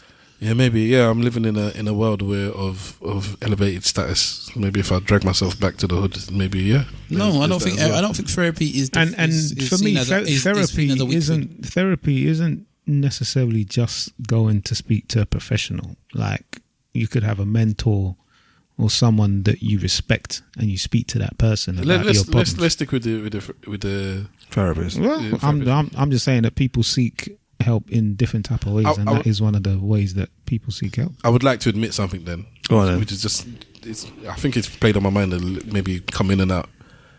I've always said, in the last few years, I've said I was happily go to therapy. Yeah. Whether it was solo or couple therapy. Part of it was before I got married, so this is over 10 years now, when we did the church thing with my missus. Yeah. Where they do the church therapy, couples thing, premarital, whatever it is. I thought it was fantastic, but part of that, just going by Stavros being Stavros, is that basically it was them saying that, oh, Stavros is right, Stavros is right, Stavros is right. You see, it was a big I told you so kind of thing. So part of me doing the couples therapy would be basically so my wife can see her errors. Yeah. And the single therapy would be like for me to try it out. Let me see what this is about, because this is more like what's it when you're interested in something? A curiosity, intrigue. Yeah, it was but that's because I believe, maybe I'm lying to myself, but I believe I'm in a very comfortable, happy, content state. If I was not in that state, if I actually felt rubbish, I don't know if I'd want to go to a therapist or if I'd be happy going to a therapist. Why? Because I think I don't know. I'm not saying I wouldn't, but I don't know if like now I'd be comfortable doing it because you ain't telling me nothing. Because you don't want to be you don't want your faults to be brought to no. But if going by what you just said now, you're looking for a therapist to basically what's that thing where you say something, you want somebody to validate your experience. So what is it then? So then if he was now depressed and I'm a shits, I'm a craps, I'm a this, I'm a that, I'm a this and the other, if he now goes to the therapist and they're kind of like, and they validate that, then because in his brain, I'm just going by what you sound like. You're going to therapy for validation, not going for him to tell you anything. So the couples one, so if the singles one, you don't know. I just want to see what's going on. Yeah, but then again, the whole idea of going to therapy is for them to help your. Not so, it doesn't always have to be depression, but to help you get through certain things. Yeah. No. Some people, it's just like therapy is a way of keeping consistent. It's like I'm at 0. I'm not the best in the world. I'm not minus, but therapy keeps me at 0, or keeps me at 3, or keeps me at 4. But in the circumstance, I'm not in the minus. I'm in the circumstance that you brought up, that if you wasn't, great, if I'm in the minus, yeah. Wahala saying that they might affirm my negative views on myself or negative views on my life. I don't think that's even the case, because they're there to kind of like guide you down to build up those numbers. Yeah, but in doing so, you have to uncover and expose.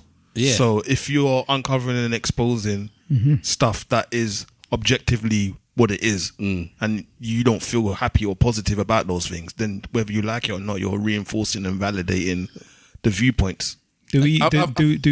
Sorry, go ahead. I feel, because there was a time in my life when I wasn't the way I am now, where I wasn't at, let's say, 8 or 9 out of 10. I was in the minus 4, 5, 6, 7, wherever it was. That low, yeah. I was in the minus 4, yeah, minus 4, 5, yeah, easy. That's what, in my head, that's what I was. Yeah. Going to see a therapist then would have been like coming to the person that Stavros is like pure ego. Yeah. I'm ego. So when I'm confident, when I'm happy, I'm ego. I can look at my flaws. Stavros, you're fat. Stavros, you talk too much. Stavros, you shout at your kids when you shouldn't. Stavros, probably. You're not ambitious.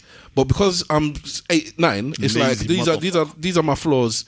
But as a whole, yeah, I'm doing good. Yeah. So going back to the father, that if you're doing good, can we just don't allow perfect to be the enemy of good? Yeah, I've realized that. So I'm not perfect, but I believe I'm good overall. But when I'm minus 4 or minus 5, then I'm looking in the mirror. I'm not happy with who I see. And then do I want to go somewhere and for somebody to start to reinforce that, pulling on strings and making me feel worse? Because they might say, for me to make you feel better, we have to deconstruct you and then put you back together. And I'll be like, maybe I'm not at that point when I'm minus 4, minus 5, as Mr. Wolf said. Maybe that's the time. I'm not built for it right then. Yeah, but then if you don't have the skills, tools, equipment, and ability to move yourself from a minus 4 to a 0, so that then you can then go to therapy, then you've been in a whole shitstorm of trouble anyway. Well, me being a legend, I brought myself up, so I didn't need it anyways. Somebody else might need that thing, and I can't talk for other people. Yeah, but for myself, I became aware, like Terminator business, where it's like I realized stuff. But part of that was a youthful mind. Yeah, I think it was just that when I matured. What's that church thing about? When I was a child, I used to think like a child, I spoke like a child, but when I became a man, I put away childish things. Kind of thing, whatever that thing is. It was just that. It's just, for me, it happened. Is that a song? No, it's a quote. It might be a song. Oh, okay. I think it's a song. Sorry. Song, yeah. I don't know where it's from, but you know the thing I'm talking about. I've heard it, yeah. So it just was a lot later for me. I was in my mid-20s before I got some common sense. And then I was in my 30s before I believe I became half a man. And now I'm in my mid-40s. I believe that I've become a man that if my people say, your son is going to grow up like you, I'd be like, good. Especially with the fact that now... First Corinthians 13:11. When I was a child, I talked as a child. Yeah, finish it. Oh, golly. No, because when I was a child... I spoke as a child. I understood as a child. I thought as a child. But when I became a man, I put away childish things. Yeah, it's one of those things I like from the good word. One of those things. Yeah, I think you like a few things, but yeah, just one of those. Question for everyone. I wanted to ask one before that. I've forgotten. But anyway, sorry. Do you guys think that you could do with counselling now? Or therapy, or whatever the case may be. Yeah. I could do it. You could do with it. Yeah, to help. I could be better with doing something. I don't know what. Like if in terms of Anyway, yes. I could be a better partner. I could be a better parent. And you think I could be a better friend. I could be a better brother. I could be a better son. Maybe because for me, you need to point out where I'm doing wrong, and if I can fix it, I'll fix it. But I mean, sometimes you might need a fresh opinion. Sometimes it's like we're talking on this podcast, you as a listener will be like, sometimes these guys are talking over each other because we've known each other 20, 30 years. it get to the point, I know what Mr. Wolf is going to say before he says it. I know what Simple Simon's thinking while he's sitting there looking at me. I know what Wahala's going to say in 5 minutes' time. We know each other so well. We're overlapping each other because we're anticipating the conversation. Yeah, I've heard what you said. I'm going to respond to it. The person hasn't even spoken yet. But when I go to a therapist, I meet this new person, I spill out stuff. They ask me questions that Mr. Wolf, my mum, my wife, Simple Simon would never ask me. It's like, oh, I didn't think of that. A new frame of mind. They're going to give me an opinion from somebody from the outside, where it's like, now I've heard ABC. Have you ever thought of X, Y, Z? It's like, oh, you know what? If you didn't come from South London or East London hood, maybe it's a different frame of mind, because end of the day, as much as I work with certain people and I have, whatever, I have my friendship group and my thing is not, it's quite homogeneous, isn't it? It's not like I speak to, I would love to speak to an Israeli person about what's going on in Israel, but I only know one. I would love to talk to somebody from Sudan about what's going on there, but I don't know. I only know one. We were speaking with her the other day, so it's like I don't have that big wide variety. Maybe this person is some person that is just not from my world and just kind of come up with something completely left field and be like, you know what? Thank you. I never thought of it like that. Because I can learn. I'm always looking to learn. So yes, in short, yes, therapy could potentially do well for me, but it's not something I'm chasing down because I'm living a legendary life as it is right now. Simple. Yeah, I mean, yeah, probably could do. A lot to deal with mentally over a very short period of time. So yeah. I don't know. I think maybe it'd be good to have a conversation with a therapist. Maybe. I think it'd probably be better for me to do couples therapy and singles therapy. Because we didn't really have that church one before that you was talking about. We did one online because I was during COVID, so it wasn't really a good day. So it'd be good to see. I always said that it would be good to have, if we had somebody recording our conversations anyway, just to even help with just like that. I think it's good just to do it MOT. Yeah. Right. So it would be. I think couples one would definitely be good, just to do a little tune up on the marriage and see how things are and see how people are saying. Change the spark plugs and that. Yeah. Just so everyone to see, because there's times when both of you just are clashing all the time, and you do need a third party. And sometimes you don't want to bring your family involved because then that also comes with emotions. So maybe if you get a stranger outside, that it's better to, it could be better for you to just have that conversation with them, and they can look at both sides or look at how things a fresh view. Yeah, a different view. You might rubbish it, and I know I'm probably going to rubbish a lot of the things I hear and a lot of things because that's the type of person I am. But doesn't mean that you can't hear them. But yeah, I don't think I'd mind. I'm a bit like Stav. I'll be intrigued. Same way that I would say I'll be intrigued if I went and pop the balloon is the same way I'll be intrigued about if I went to go see a therapist, what they would say, they would speak to. Especially somebody like me and Stavros that have had a major thing happen to us in our lives that people still feel like they want to. I don't know about you in Stav's life, but people tend to want to, like, that must make a major thing with you, and it must, and I'm just like, not as much as you probably think it does. Like, yes, it changes your life in a way, but I think you lot are looking for more of it in us than it's there, if you know what I mean. Like, yes, it's a major thing. It's changed our lives completely in certain avenues, but I don't think that our whole lives has been altered in a way that we do things just because of that one event. Does that make sense? Yeah. And I think a lot of people find that difficult to acknowledge or understand. May I? Yeah, of course. Yeah. I think we had a therapist on here a couple of times. Yeah, you think we did? No, we did. Or once, anyways. I think she came on twice, right? Anyway.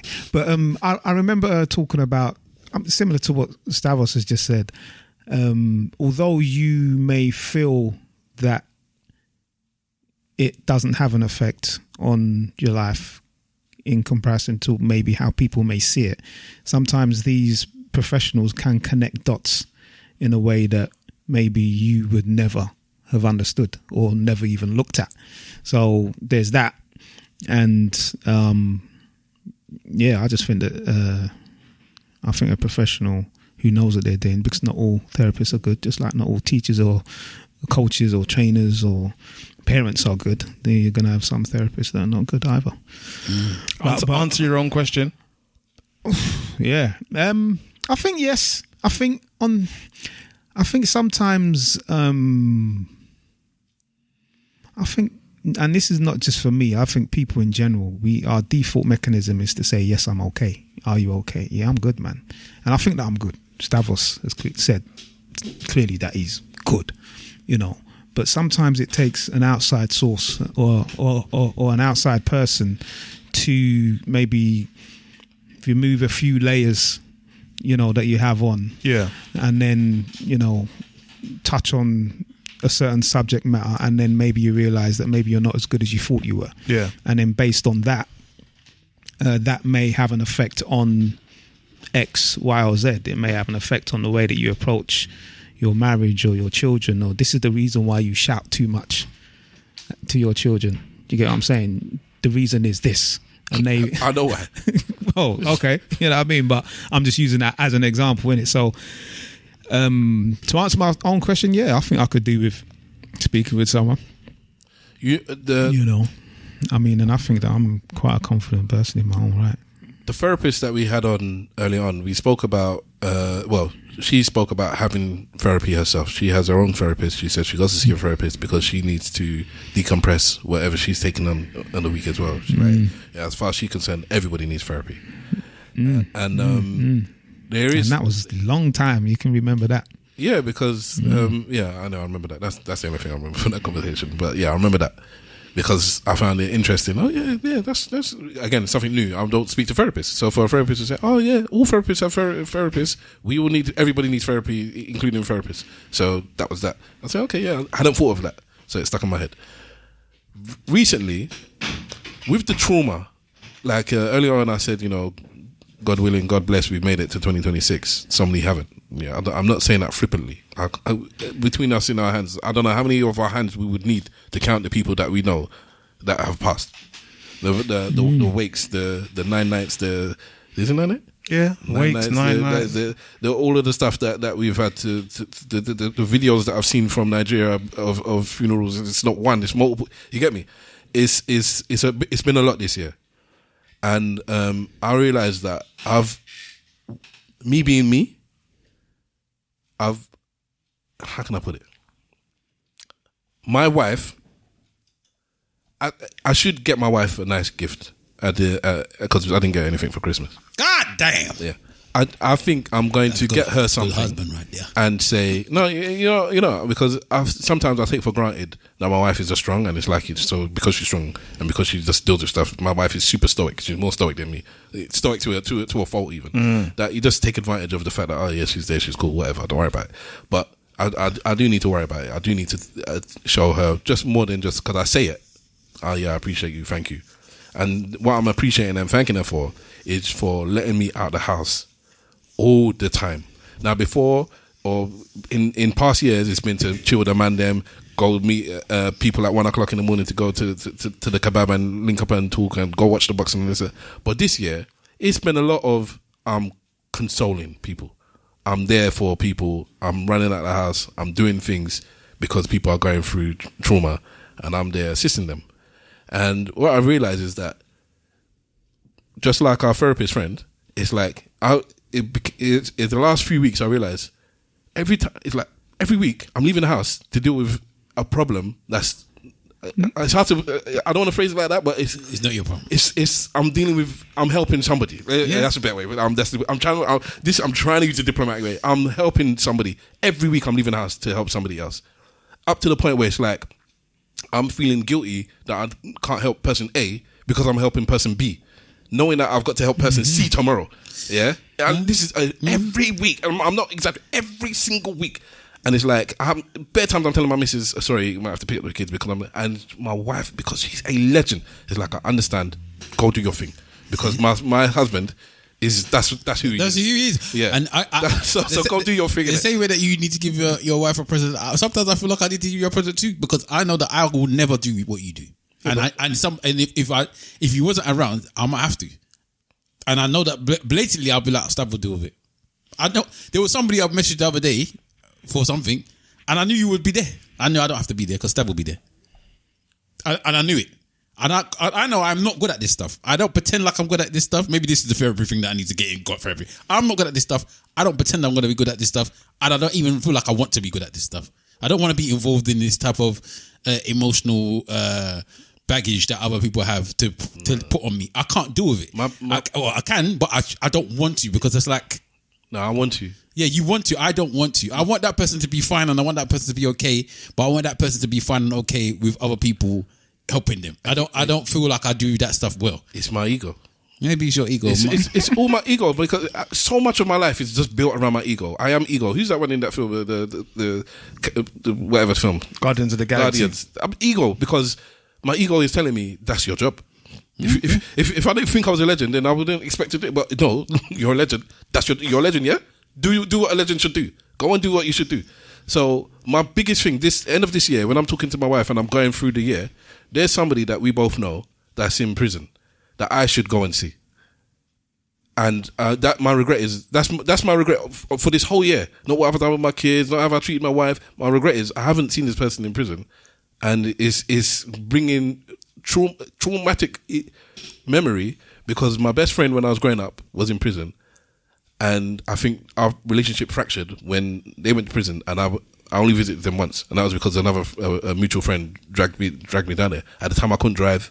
I didn't know anything about was it VI or VO or whatever. Even now, I don't know. It's the only time I've been. Coming from where I come from, you would think that I should know more about this stuff. Or I think some people from where I'm from. The stereotype is that you would know, but I didn't know anything. And I was naive. Coming back to what I said earlier on about I didn't mature until I was much later, and this was when I was in my late teens or early 20s. Gaga goo goo. So it's bringing me back to, bruv, you've flopped at that point. I feel ashamed 20 years later. I'm still ashamed of what I did then, and you're doing it now. And this is a young person. It's not like it's a big person. This is a young person, and this is somebody that I was a mentor to. And this is your job, bruv. But see, I ain't going to prison to visit no one, including you. But anyway, let's wrap this up. Why? We're going for a long time. I don't. It depends on what you've done.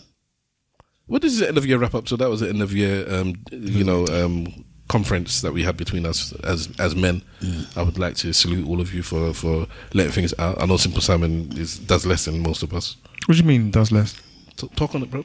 Talk on what? He's spilled his beans. Even Wahala spilled beans. What beans does? You just said that you feel that you could have gone to psychiatry to say that you don't do things that you feel you should have done, or you relying on me to do things or whatever. I don't know. No, I'm just saying that if there's anything that we don't want say to no. talk Just about, let Simple Simon talk. What would you want me to say? You didn't spill any beans, brother. I did. Let's go to the next topic. We've been talking about this topic for literally almost 2 hours. Light-skinned. Wow. Light-skinned, they're the ones that want to be crying the most. Okay then.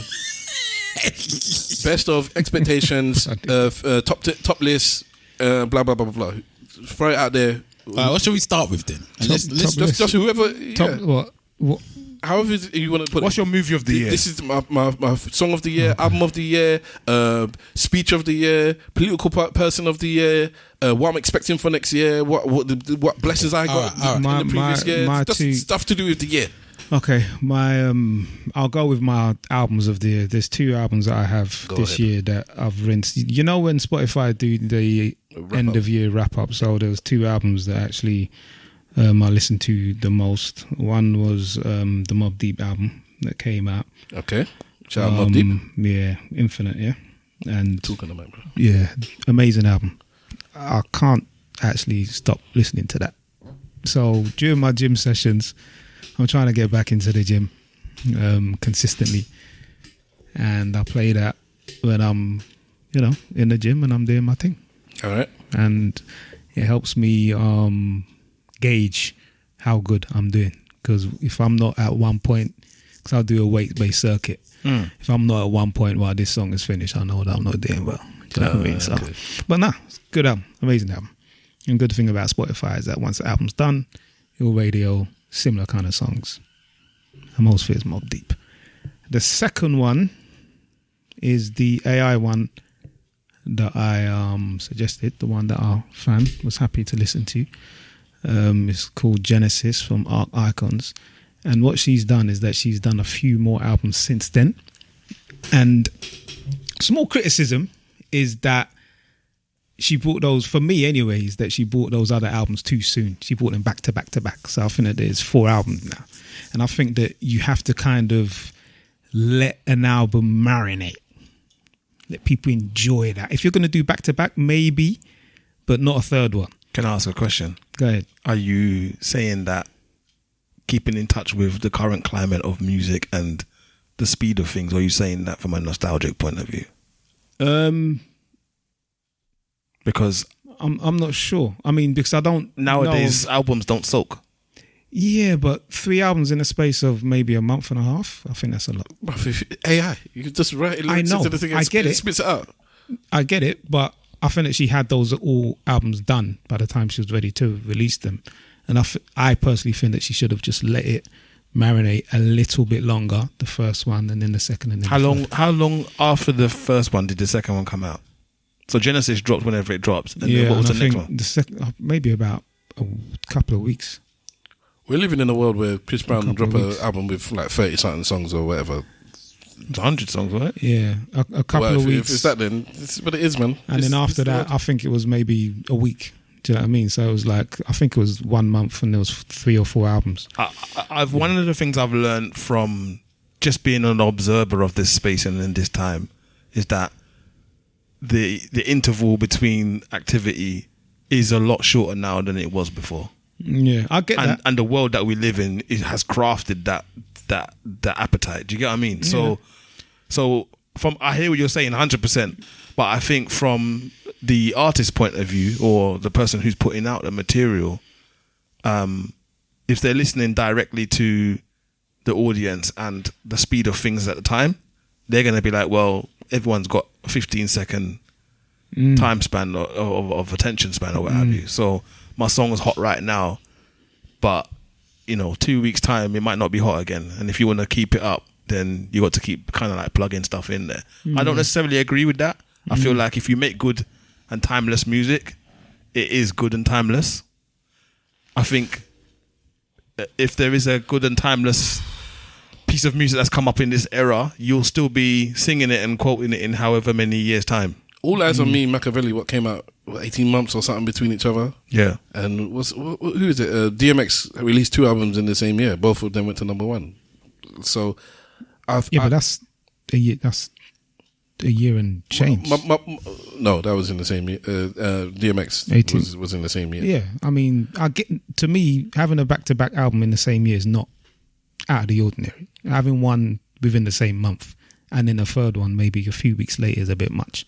That's just from my perspective. I think you're looking at it with an old school hat on, and I am not criticizing it or saying that it's wrong.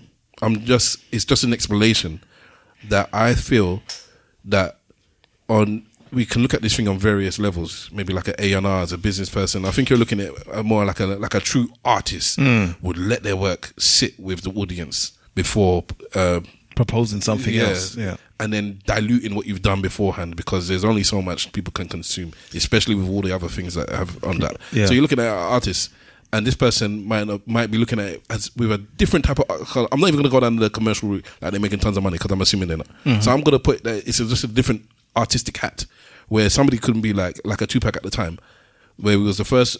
I'm saying All Eyes on Me was the first hip hop double album. Why? Because unless you want to count DJ Jazzy Jeff and Fresh Prince back in the day, but I'm not counting that one, the quadruple vinyl. I'm saying he had so much to say. It's like, I need to get it off my chest. I need to spit it out. And that might just be this person is like, this was what I had last week, and because I've opened those floodgates, I've got more. And then it's like, so what? I shouldn't release it. I should just hold it back for some arbitrary time period. I have to keep it for 6 months or 9 months. And for me, with my separate artistic hat on, it's like, let it loose.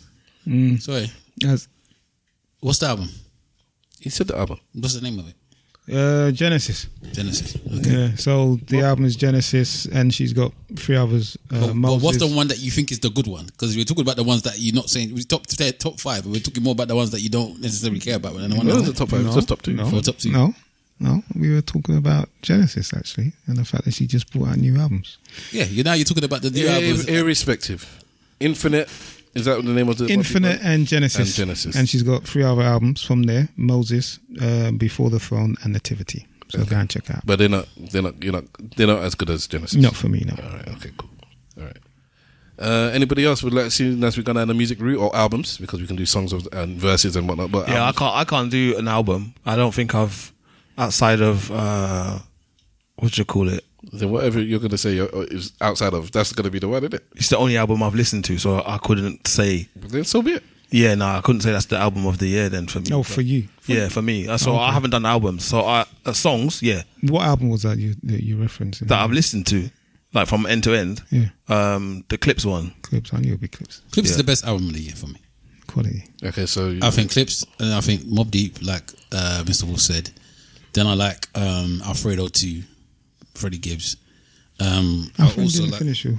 No, go on, let him go. He said he ain't got any albums at all. Yeah, go on. I'm gonna, because we're just going around in circles. I defend it. And we're gonna have to do the films, then we're gonna have to do TV programs, and we're gonna have to do other things. Because he wants to go home. It's okay. It's not even just. Oh, are you talking to me? No, I'm saying. Because I can't just get up and walk mid podcast. Yes, you can. Okay. I'll lock off and give you the key. I'll drive to your house. Okay. Empathy, guys. I defend it. Empathy, guys. Gangster Grills as well by The Game. So these are my top 5, I'll say. So Gangster Grills, that just came out. That's a couple of weeks ago, but I think that album was wicked. Game album is very, very good. Right. So I said, what did I say? Clipse, Mobb Deep, Game, Freddie Gibbs, and there's one more. I just can't remember off the top of my head what that one more was. My man this year, or was he last year? Who's that? This guy. Was it another hip hop album, by the way? Hip hop. Don't worry, I can't remember his name, man. Is it a single artist? It could probably the biggest hip hop artist in the world right now. Nas? No. Jay-Z. Oh, J. Cole? Kendrick Lamar was this year. It was this year. No. Kendrick Lamar. It was last year. Even whatever year it is that album. It was the end. GNX you're talking about? Yeah. Oh, I like Ray Vaughan. Ray Vaughan's album was very good this year as well, so I'm going to throw him in there. Okay. I don't even know. Enjoy Badass album was good as well, but still. Okay, I haven't listened to any of these. That's what I'm saying. That's why I couldn't give a. Go on. What about you? You listened to Clipse album? Only Clipse. So I'm in the boat with. SS? No, yeah. I've skimmed some albums where I've listened to. So I listened to the Nas and Primo because they deserve my respect. So actually go and listen to the album. I listened to the Mobb Deep, but not to say there was anything wrong with it. I just never went back to it because I was. That's heavy. I just don't listen to that much music these days anymore. But then you do your podcast, then, isn't it? Sorry, do your podcast. Then know what you listen to. What your favorite top 5 podcasts have been of the year? Oh, I don't even. Gone with the Machine as well. Album's ever so very good. But, so I will go with Clipse. Was an album that I fully enjoyed. And there was an album that I sent my brother a few weeks ago, actually. It's culturally inappropriate. Is that the one with the 2 girls? Yeah. That album's wicked, bro. Yeah, I'm going to... so I'm going to find Shane that. Noir and someone else, isn't it? I don't know what it was, man, but that just came up on my thing and I played it and it's like, hold on, I didn't know who these women are. I still don't know who they are. And it was like, it was very, very good. So I'm going to add that to my list of albums that I thoroughly enjoyed. I'll post it. I was looking for them because I like that album as well was very good. Yeah, so let me go to my brother's WhatsApp and I'll find out. In the meantime, can somebody else continue?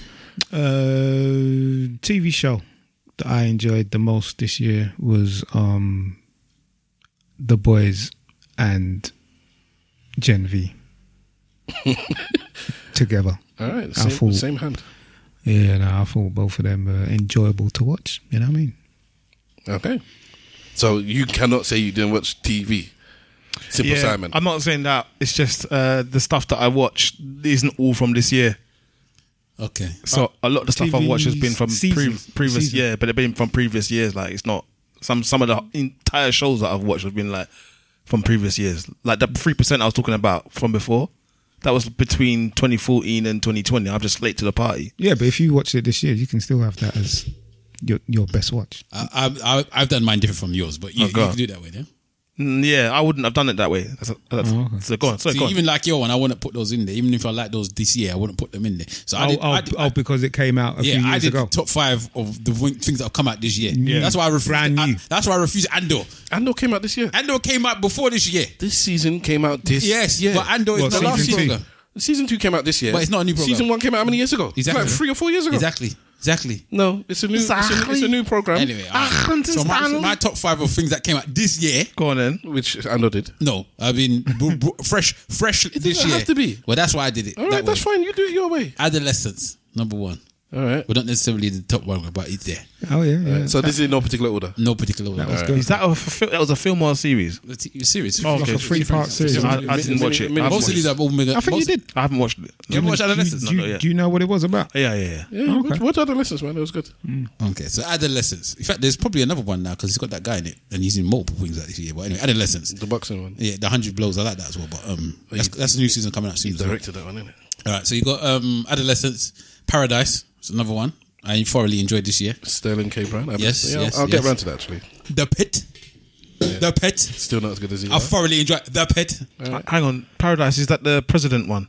Yes. Yeah. Okay. Yeah. Go on. Sorry. Dept Q. Oh, you watched Dept Q as well? Yeah, that's also very good. I ain't seen that. And then All Her Fault. Those are the top 5. That's the recent. That's recent. That's the top 5 I put this year.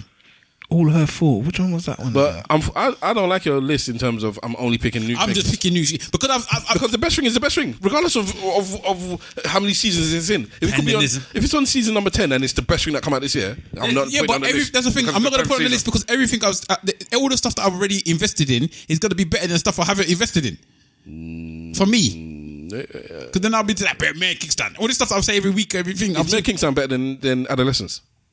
Yeah, for me, I like this season of Mayor of Kickstart this season has been the most gangster season there has been. But no, Adolescence is give new people. Give new people shine for their year. This is what they did for the year. I'm giving the new ones shine for the year. You can go back and do what you want to do. I'm not forced to do what I do. Simple Simon, did you actually say something? Sorry, because I put it on you, and then I heard this one talking. I don't know if there was something in the meantime because I was looking at my phone. No, I said to him to do his list because he's got his list ready. He's not joking at it. Okay, but what did you enjoy this year? Watching this year? What I enjoyed 3%. I enjoyed Griselda. I enjoyed Pluribus. That's new. That's new this year. Yeah, I need to watch that one. I enjoyed Pluribus. It's a wavy one. Well, then why are you adding it to the list? Because I enjoyed it, and I don't know if you enjoy it. Stranger Things. I enjoyed that. I actually watched all of it this year, so I hadn't seen any of it previously. I watched the first season this week in Monday. Yeah. So I'm like, is this your king? I don't like.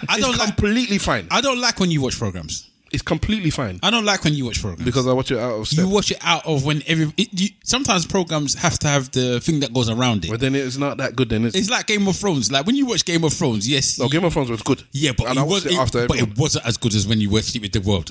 Because when you watch Game of Thrones with The World, it just makes it 20 times better. Was good, but it doesn't. It's better when you watch it with The World. That's why I don't like even when you do. I don't like it when they do multiple episodes.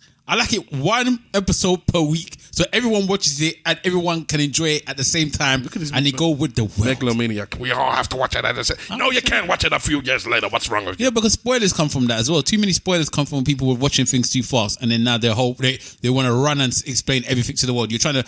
This stupid Twitter their mute button don't work properly. You mute something, it just shows.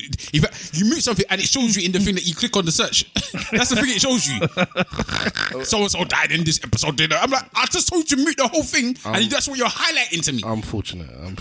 It doesn't often happen to me. It does it to me a lot, especially with wrestling.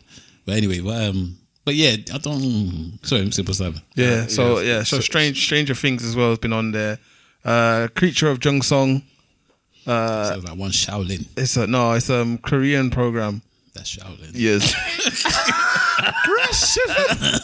Yo, all the same. Yeah, so that as well. Like, there's been a lot of TV shows that I think have been decent at least. And is there a number one in your list? Number one. What about Severance? I know you didn't mention that. Yeah, I didn't watch Severance this year. I didn't watch season 2. You haven't watched the second season of Severance? No, I didn't bother. Ooh, it's better than Severance 1, but it's better than season 1 by far. I watched the first episode and I just like, nah, I don't want this. I defend it. I can understand, but it's better than season 1. There's that. There was a program I watched and I said, it's Avatar. And the same thing after I finished watching season 1 of Severance is the same thing I felt after watching the second Avatar. I'm not doing it. You're not dragging me into it. Lost it, call me, and it's never happening again. Yes. It's never happening again. I'll have that same FOMO with a program called From. This is where I'll binge it. Let it get to the end, and people say, "Oh, that wrapped up well." Did it? Okay, let me go back and watch it now. Because I'm not sticking in it for 4 seasons, and then the ending is tepid. Yeah, I have this same. I should have put what's his name as well. It as well should be on my top. I'm gonna watch that. I've watched it after what I saw today. Not because of that, by the way. It's just I know enough people have bigged it up as like what you're saying. It starts slow, goes quick. Have you watched all of it now? Yeah, I've watched. What do you think? Yeah, it was alright. It's alright. But I think my problem is because I watched it at the same time as I was watching Stranger Things. I can't help but see the parallels. I know it's the same writer, but is it?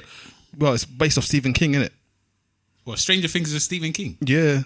Are you sure? Yeah, from what I remember. I don't think it is. It was inspired by something. Maybe inspiration, but I don't believe I would surely know that it's a Stephen King, right? Either way. In fact, I know it's not because I just started watching it and it's these brothers, such and such brothers. Yeah, Wachowski brothers or whatever. But it just felt very similar to Stranger Things. So well, no, it would be the other way around because it came out in 1980 something. Yeah, but this one, this prequel, I don't think it's based on the book, is it? It is kind of. It's inspired. It is. It is kind of. Stranger Things didn't change. Yes, Stranger Things is heavily inspired by Stephen King, along with Steven Spielberg and John Carpenter, with creators the Duffer Brothers, openly admitting King's work was foundational to the show's DNA. Yeah, because it is it. No idea is original. It is like there's nothing new under the sun. But it came first. Yeah, okay, but I'm just saying that because the shows are so similar, and I think the problem with your one is even the time frame seems quite similar as well. Yeah. But sorry, go. Yeah.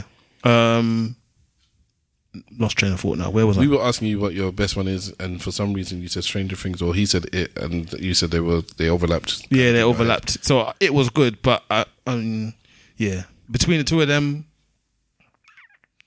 I'd probably say it because it's more concise.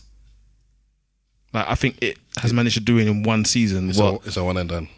No, it's not. But it's managed to do in one season what I think had taken maybe 4 seasons of Stranger Things. You say that, but because have you ever watched the films? No. Then it hasn't because it's all interlinked. This is what I'm saying. You have to watch the films. There's actually it's a mad thing with it, yeah, because a lot of Stephen King's films are all linked up. Oh yeah. So there's something that somebody says at the end of the TV program in it, that links it to a Stephen King film.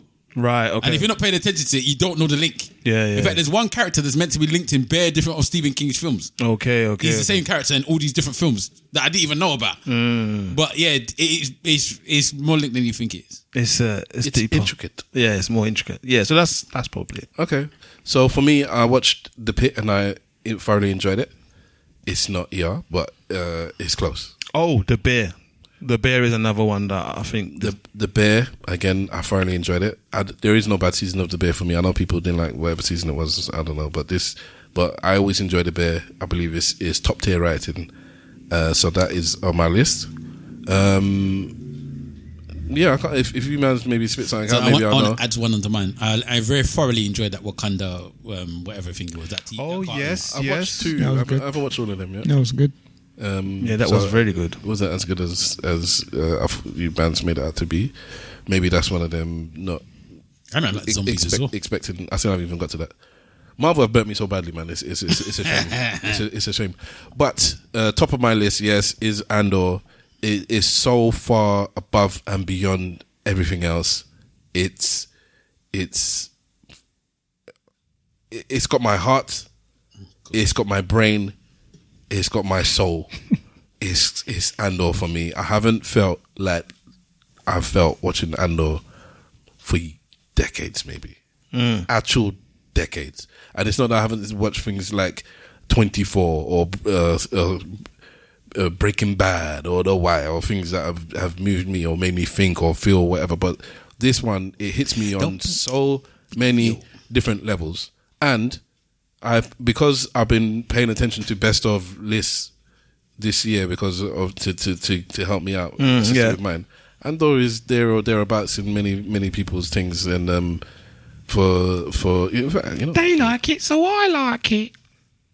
Andor was one of the ones where, to be fair, in that regard, I only watch Andor because I haven't watched any other Star Wars TV program because I'm not a massive Star Wars fan, and I don't actually watch that much TV. So so I'm not going out my way to watch something that's not killing me. But in this case, the ratings it got, well, it's not just it's a good Star Wars. In fact, this is the kind of thing I was hearing about Andor.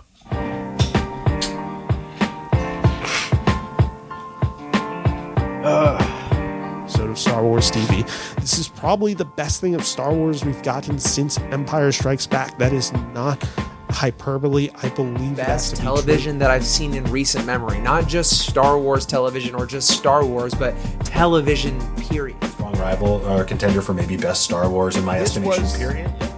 The absolute pinnacle of Star Wars storytelling to me. I could, like, headlines like this one too. I love this headline. Andor Season 2, Episodes 7 through 9. I thought Andor couldn't get any better. I was incredibly wrong. This was not just the greatest Star Wars storytelling I've seen in 30 years.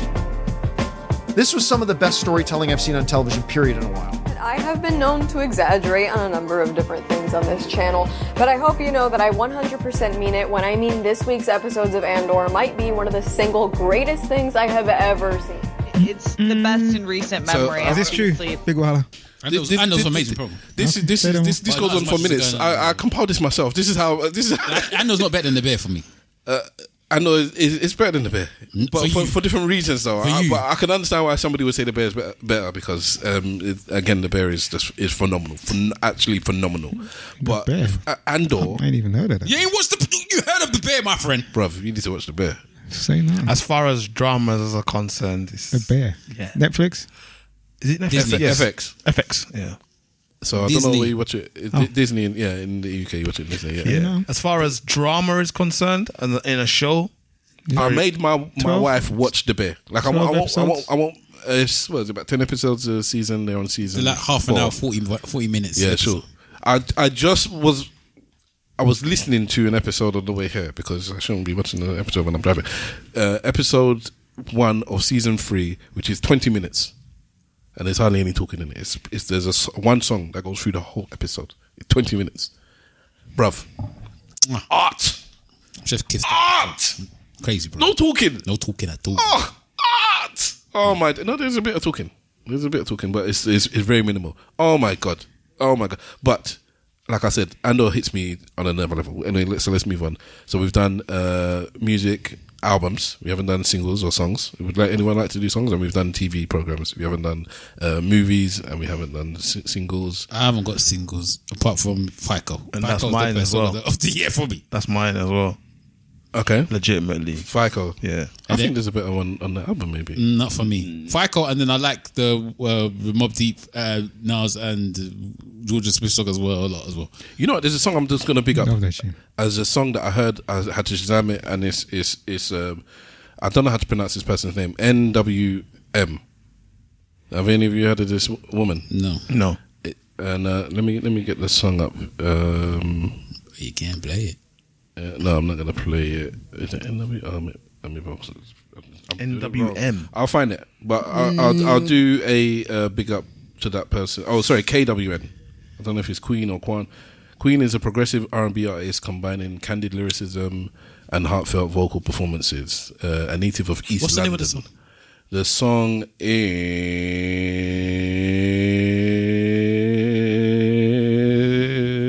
Where is it? Sorry, this is why you should just... All right, while you're doing that, I'm going to do my top 5 films. Could have just let me carry on talking, innit? You could have just... I'm going to do my top 5 films while you're doing that. I think it's Eyes Wide Open. Okay, you got it? I think... Let's say it's... Eyes Wide Open. You do what you're doing. All right, so my top 5 films this year so far. I'm going to have Sinners. So, Mr. Wolf, do you have any music before we move on to singles? Music. You don't have the best song you've had all year? No. Can't think of it. Go on. So I'm going to go Sinners. Cosign. Warfare. Cosign. One Battle After Another. Auto Nights. And what? I swear, I liked Auto Nights. I like that film quite a lot, actually. Probably more than most people. People cussed it, but I like that film quite a bit. And I think those are my... Sorry, what was the last one you said? I Swear. I Swear. I still haven't seen that one, but I made my wife watch it yesterday. I like Mickey 17 as well. I thought it was quite a good film. Okay, people cuss that film. Yeah. Eyes Wide Open. Oh, sorry, by Kwan. And I like Black Bag.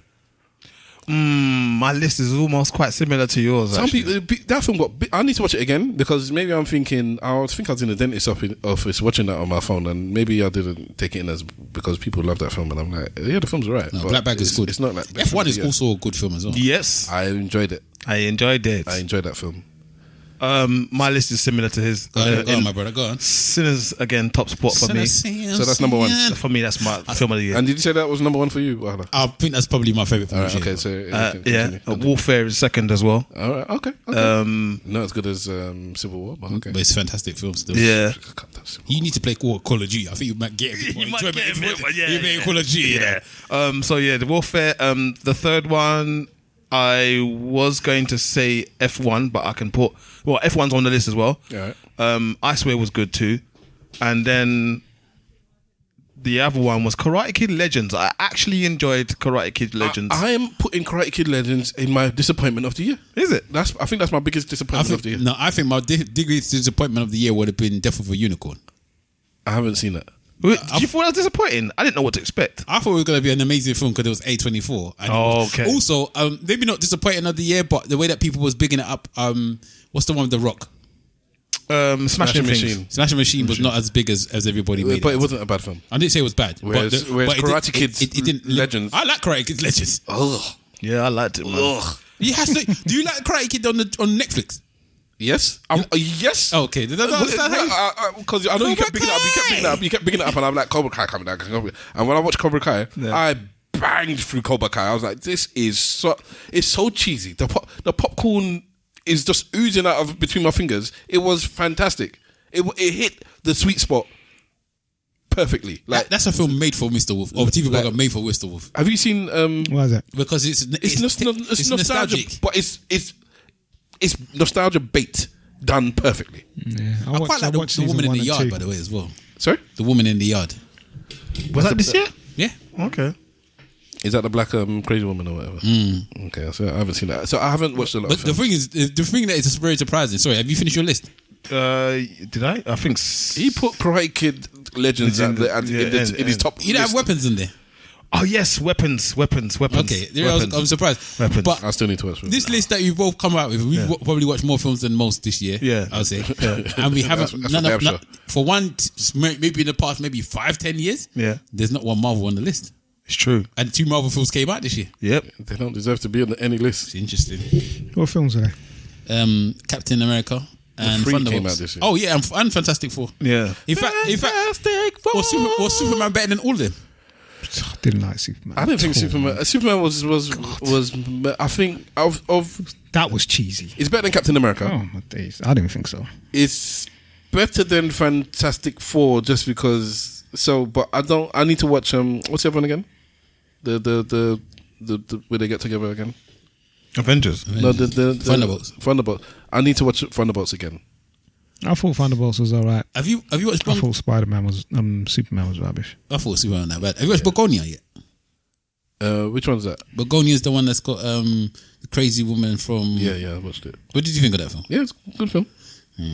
My disappointment of the year was Mission Impossible: Final Reckoning. Oh, I like that. I wouldn't argue with you. I like that, though. But no, I would argue because it's not as good as. It's not as bad as Karate Kid, but it was an anticlimax. It's the worst. It's the worst film of all the Mission Impossibles. Yep. See, so really? on that regard, that's a shame. I thought it was alright, but it has to end, innit? It has to end that way. And when it ended, I was teary-eyed. See, the problem I've got now is that... And it's still the worst film. The problem I've got now is that the year's not over and I need to watch Mighty Supreme. So do I. Because Mighty Supreme looks wicked. What's that about? I haven't seen it. It's about a table tennis player.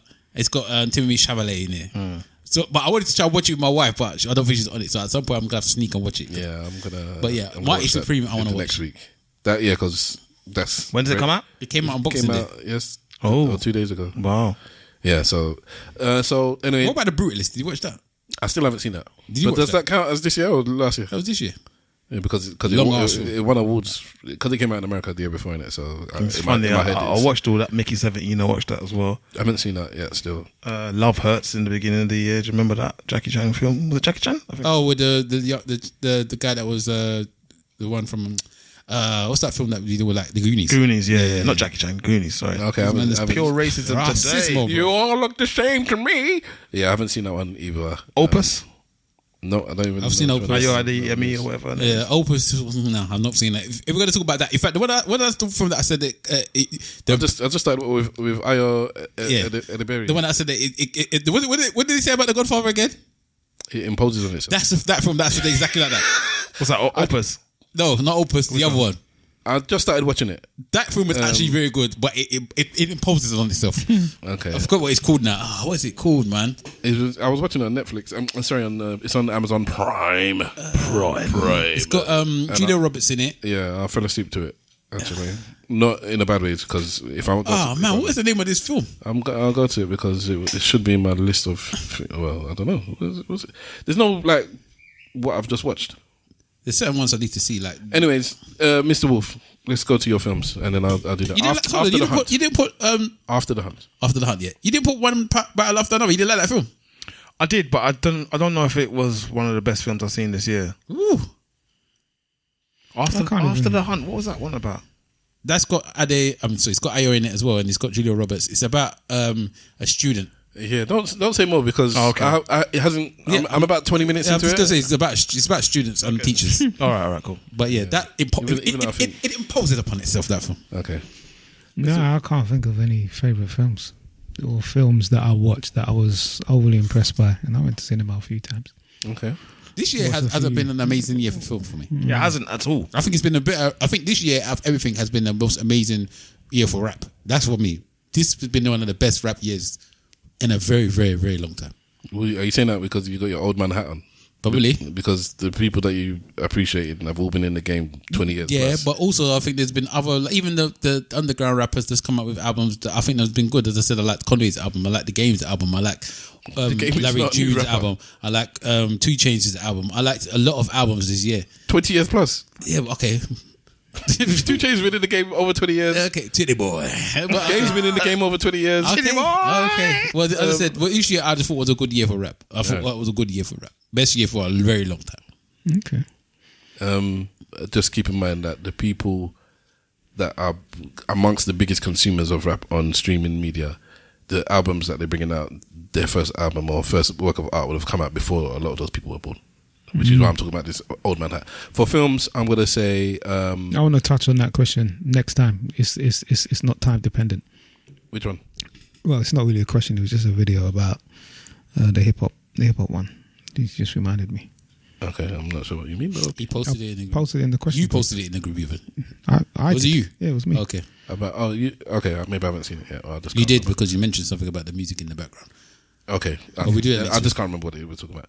So for films, I'm only going to mention 2, Sinners and One Battle After Another. Sinners I watched twice in 1 week because I then ran to the IMAX Waterloo to watch it in its proper, because there's only 4 cinemas in the world you can watch it in that format, because they had so many different formats you could watch that, and I said let me watch it in the big one, and it's one of 2 times I've been in that cinema where it made a difference. I watched it in that cinema. What's that war film where it was one shot? I watched that in the IMAX that time as well, and I didn't think I needed to watch that in the Waterloo IMAX. But this film, when it goes full screen and there's a certain scene, has it been spoiled for you yet? Have you not watched Sinners? No, I haven't watched it. Maybe a little bit, but I'm okay. There's a scene in there that if we talk about scene of the year, are we gonna just agree that that's the scene of the year? There's some people that hate that scene. In this room. Yeah, well, for me, because regardless of what film, because I think One Battle After Another is probably better than Sinners. You reckon? I think in my head, maybe. Oh wow. Yeah, maybe. But I've seen Sinners twice, and I've seen One. I've seen them both twice. No, because it's nowhere better than Sinners. No, even close to be better than Sinners. Do you know what somebody said? What's the guy that made Batman? The good Batman. The actor or the director? Christopher Nolan. Okay, Christopher Nolan. Christopher Nolan. That's it. He said that. Apparently, he said that in Sinners, the Irish song bit in Sinners is the best musical thing in any film this year. Or whatever. Who directed Sinners again? Well, what's his name? Coogler. Ryan Coogler. He went to Christopher Nolan for advice. Okay. He coached him because Christopher Nolan he's the master now of IMAX cameras. For those of you who don't know, IMAX cameras are these big, massive things. They make so much noise that often it's like they have to record the audio completely separately because, in fact, you do that with them anyways. But they're big, massive. They take up a lot of noise. Usually, you can only record like small clips with it. So most films that have IMAX, like proper IMAX, where the screen changes aspect ratio, you'll see a bit of it in Batman. You'll see a bit of it in Sinners. They don't do full films. The film that Christopher Nolan is coming out with this year, mad film, is going to be the first film shot entirely in an IMAX. What film is it called? I don't know, but they've been promoting it for a whole year. It's about ancient Greece or something. Yeah. Odyssey. Yeah. That's going to be the first film ever shot completely in IMAX camera. I've seen a few trailers, even though I'm not a fan of them. So basically, he went for him and he got some tutelage on how you should do this and that and he used it very well. He used it sparingly. There's a couple of scenes where he used it. One where there's a scene on the street where his man's just walking, and I believe they used it there, where it was like fantastic. And I had to watch it the second time for me to catch things that I missed the first time. I was listening to reviews in the middle. I said, I didn't even catch that. I'll go back. I was, but the scene of the year that I'm saying is that the screen changes ratio. It fills up the whole screen if you're on the big IMAX thing, and it says, "Watch this, bruv. This is cinema." Martin Scorsese's style. It's just phenomenal. And anyone that watches films, and I guess I can't talk because I haven't watched as much films as you guys, and obviously have proper reviews, but I cannot see there being a better scene in a film this year than that. That is amazing. I don't think there's been one that's been talked about more than that. Yeah. Is that Oscar worthy, the film? Yeah, I think Sinners has to win some Oscars for something. I can't see what it's going to win for though, because for everything there's probably going to be somebody that will be nominated. It'll be nominated, yeah. But what films are better than Sinners this year? I just told you one. That's one battle after another. It's going not to better win. than Sinners. It's going to win Film of the Year. It's going to win Director of the Year. It's going to win. It's going to win everything because it's a fantastic film. It's just that you might not think it's. When I first watched it, I was like, I actually liked it better the second time than I watched it the first time. Okay, well, because I was like, the second time I don't know, could I watch it again and it was almost 3.5 hours? I was like, I could watch this one again. It's not bad. Why did you watch a 3.5 hour film the second time? Because my wife wanted to watch it. Okay, excuse me, brother. And I like to watch films before she watches it. Okay. So when she does, what does she think of it? She likes it as well, but she's nothing. She doesn't make it screaming and shouting about it. I like the Smash Machine. I'm not adding it to my list. It's just that somebody said it was disappointing, and I was like, it's me. I said it didn't live up to the hype. I gave it hype. I know that I added that sauce on the hype because I said that trailer was one of the best trailers I've seen in all year, and it didn't live up to the trailer. And as I was watching it, and I was realizing, hold on, this film is not as good as the trailer. I found it. My heart was dropping as I was watching it because I wanted it to be good as well. I wanted this for The Rock. It's like I want you went out of your way to do something different. You had your little. Did he really?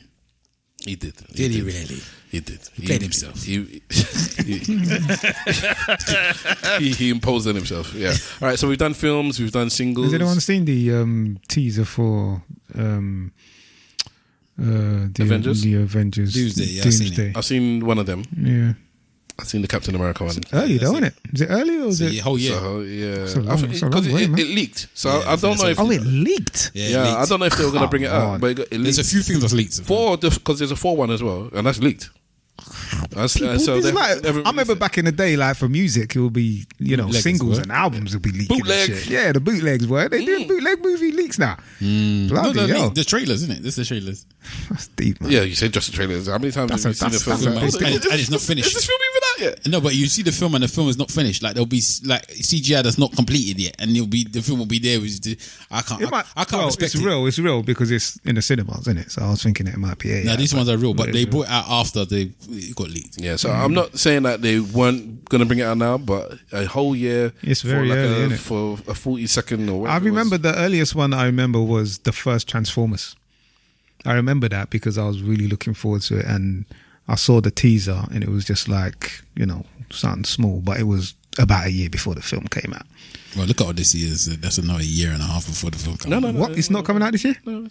They just released the trailer. It's coming out Odyssey. October, November. I saw something for Odyssey ages ago. It might be on Odyssey the trailer. 2. And I was rushing to see what's this film. The first proper trailer proper one. It just come out. Nah, I watched one and I was like, saw what's something. this? And I want to watch this film. And then so that the thing told me 2000. I said March. I was next thing. You know, it was like a whole year. I forgot you go cinema because they've released the first like 5 minutes of it or 8 minute clip in cinemas for Odyssey of the film. I hate when they do that. Yeah, I think if you watch Avatar, some cinemas, not even all, but you'll see like a 5 or 8 minute clip. I'm into watch Avatar. I don't know how anyone can watch more after Avatar or before Avatar. It's too much. What's the body? It's too much. You say that, but then people went and watched Fast and Furious. Hey. What do you mean? Don't. Fast and Furious is not 3 hours and 17 minutes. I know Don't be smirched first. It's 11 episodes of the same film. Yes, it's about family. All right. That's Stavros' pet peeve or whatever. Or what's it called? What they say that thing that guilty pleasure. Guilty pleasure. That's it. And back in the day, remember we used to throw an event, and because it's the one thing that it seemed like me, my brother, and my sister all like, and we would go together and we'd rope everyone else in that was on it, and we'd all watch. Do you hear about this guy? What, Mr. Terrell? No, the guy that died. What about him? You know, he's like a paedophile almost. Who died? He had a young girlfriend or something. That girlfiend was like 16. Which guy that died? The one that died. The one who's the only one that died. Oh, what? Fast and Furious. Paul Walker. Yeah. Paul Walker. Yeah. Listen, look at research Paul Walker and young girls. It's a mazim. Young girls or one? I think it's multiple. I think. You got to fact check that, bro. Fact check that, bro. Yeah, allegedly. It's not good. Yeah. It's when people start showing things up, you be like, eh? And he married her. It's like, yeah, boy. All right. So we've done that. All right. Is there anything else? Anybody that has anything you want to add on that you've written down your own list of? Let's see. No, I'm done. Done mine, David. Let me see. What do I have? Do I have anything? I was gonna do watches. That's like the first automatic Casio came out, so I'm gonna add that to the list. The Rolex, I think it's Land Dweller, I think it was called. I'm going to add that. And that Omega Seamaster I was talking about before. Was it Project Orange, I think it was. Or Project Saturn.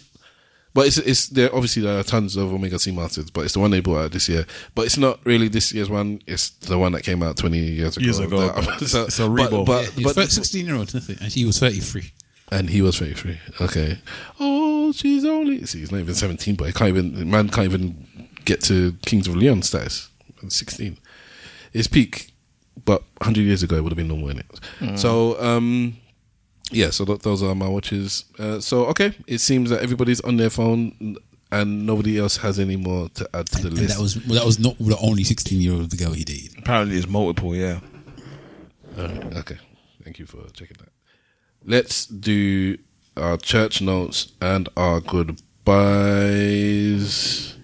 Let's start off with Mr. You ready, Mr.? Yeah, go on. Let's start off with Mr. Wolf.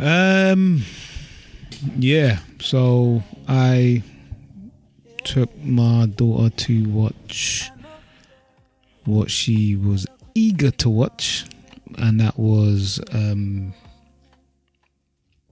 Avatar. Yeah, so yeah. She got me to watch Avatar 1 when Avatar 2 came out. She said, Dad, we're going to watch Avatar 2. And I said, well, I ain't seen Avatar 1. She said, get to watch it. So Avatar 3, by the way. No. You've missed the conversation. Yeah. Oh, sorry. Exactly. Sorry. I invested the money.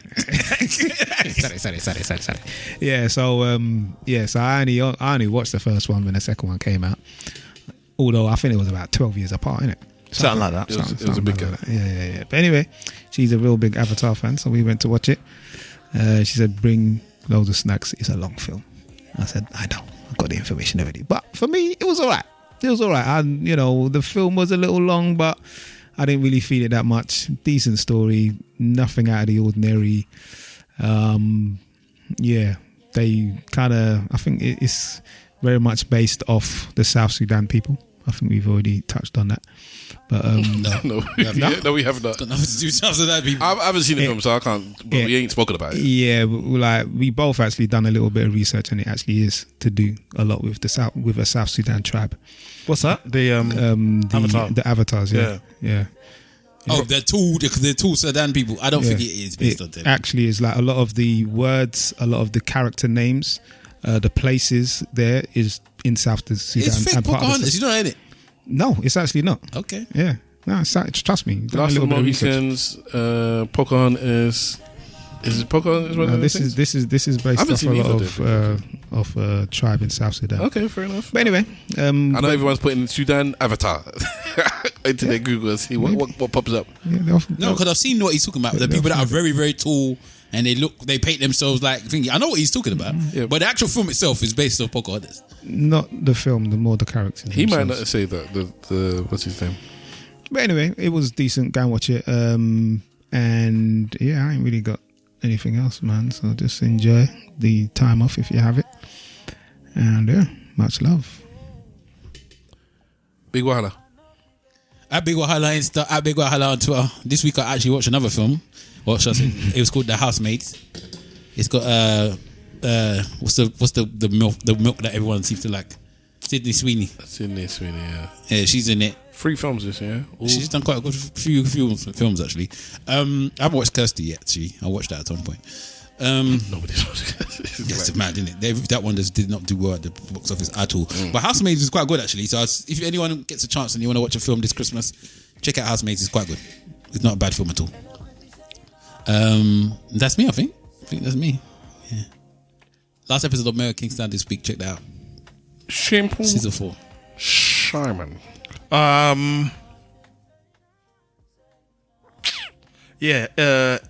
Welcome to Derry is my shout. Surprisingly quite black. I shouldn't be surprised to you. I was telling you. No, but I'm saying surprisingly in the sense where I don't really know like there to be black protagonists almost in that type of show. Do you get what I mean? In that It series. I don't know why. I just feel like they watched what's it called and said let's make something like that. What Love? No, under what's that one I keep saying? Off the base of the comic book.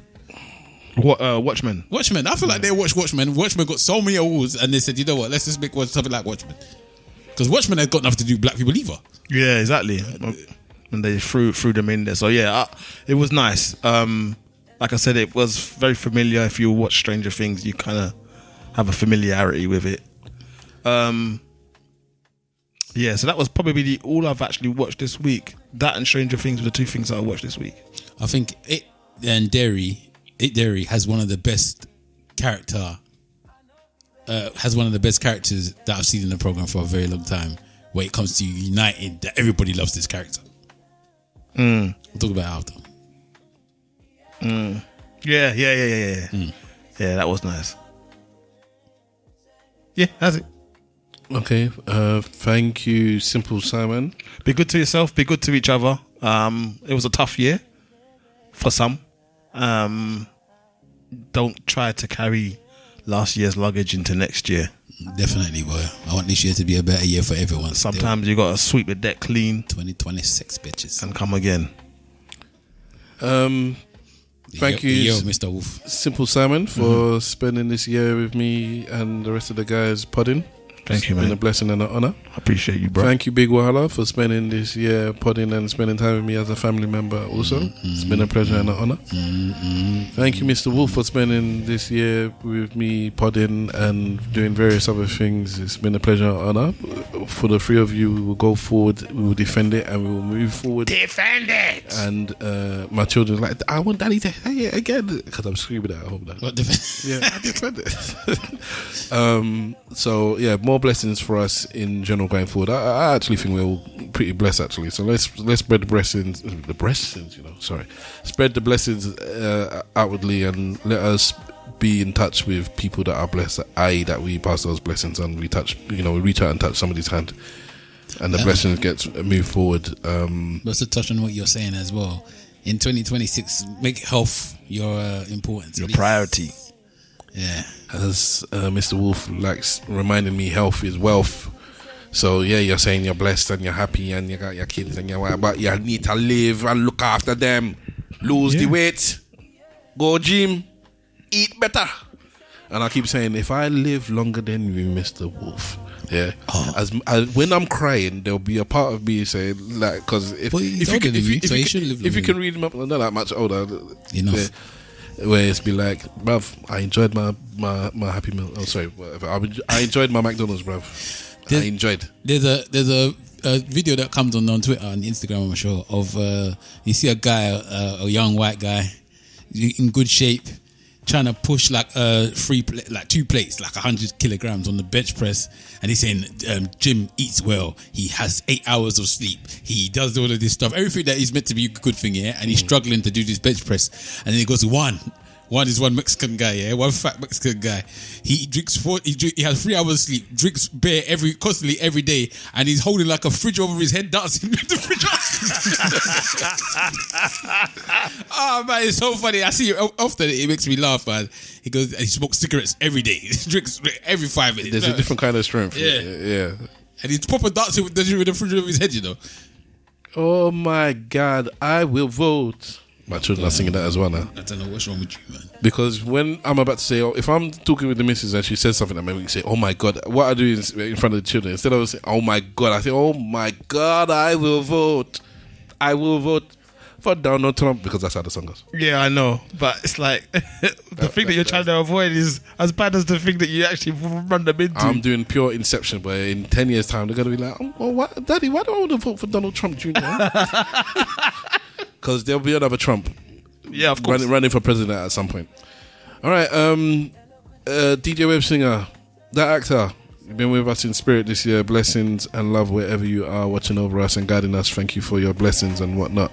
To all the family that have tuned in this past year, thank you very much for spreading the good word. In fact, we're asking for a Christmas present this year. Spread the good word. Rate and review the thing. We're not asking for no money. We don't have a subscribe here or Patreon and all of that stuff. We just ask you to spread the good word. So if you can do that for us, if you think that we're worthy, then please, do that for us. Go forth and have a good 2026. We're here for all of you if you need us. Wahala has put himself up, has nominated himself. No, I've not nominated. I've pretty much told you not my thing. So. Yes, they heard you. All right, guys. Blessings, love, and all of that good stuff. Oh, shout out to Nigeria for at least qualifying so far.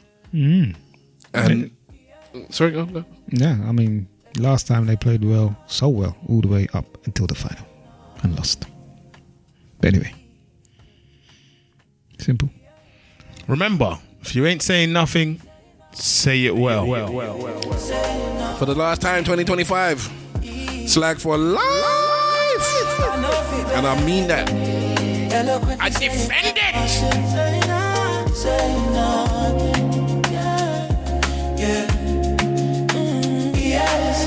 Yes, guys, blessings and all of that good stuff. Yes, sir.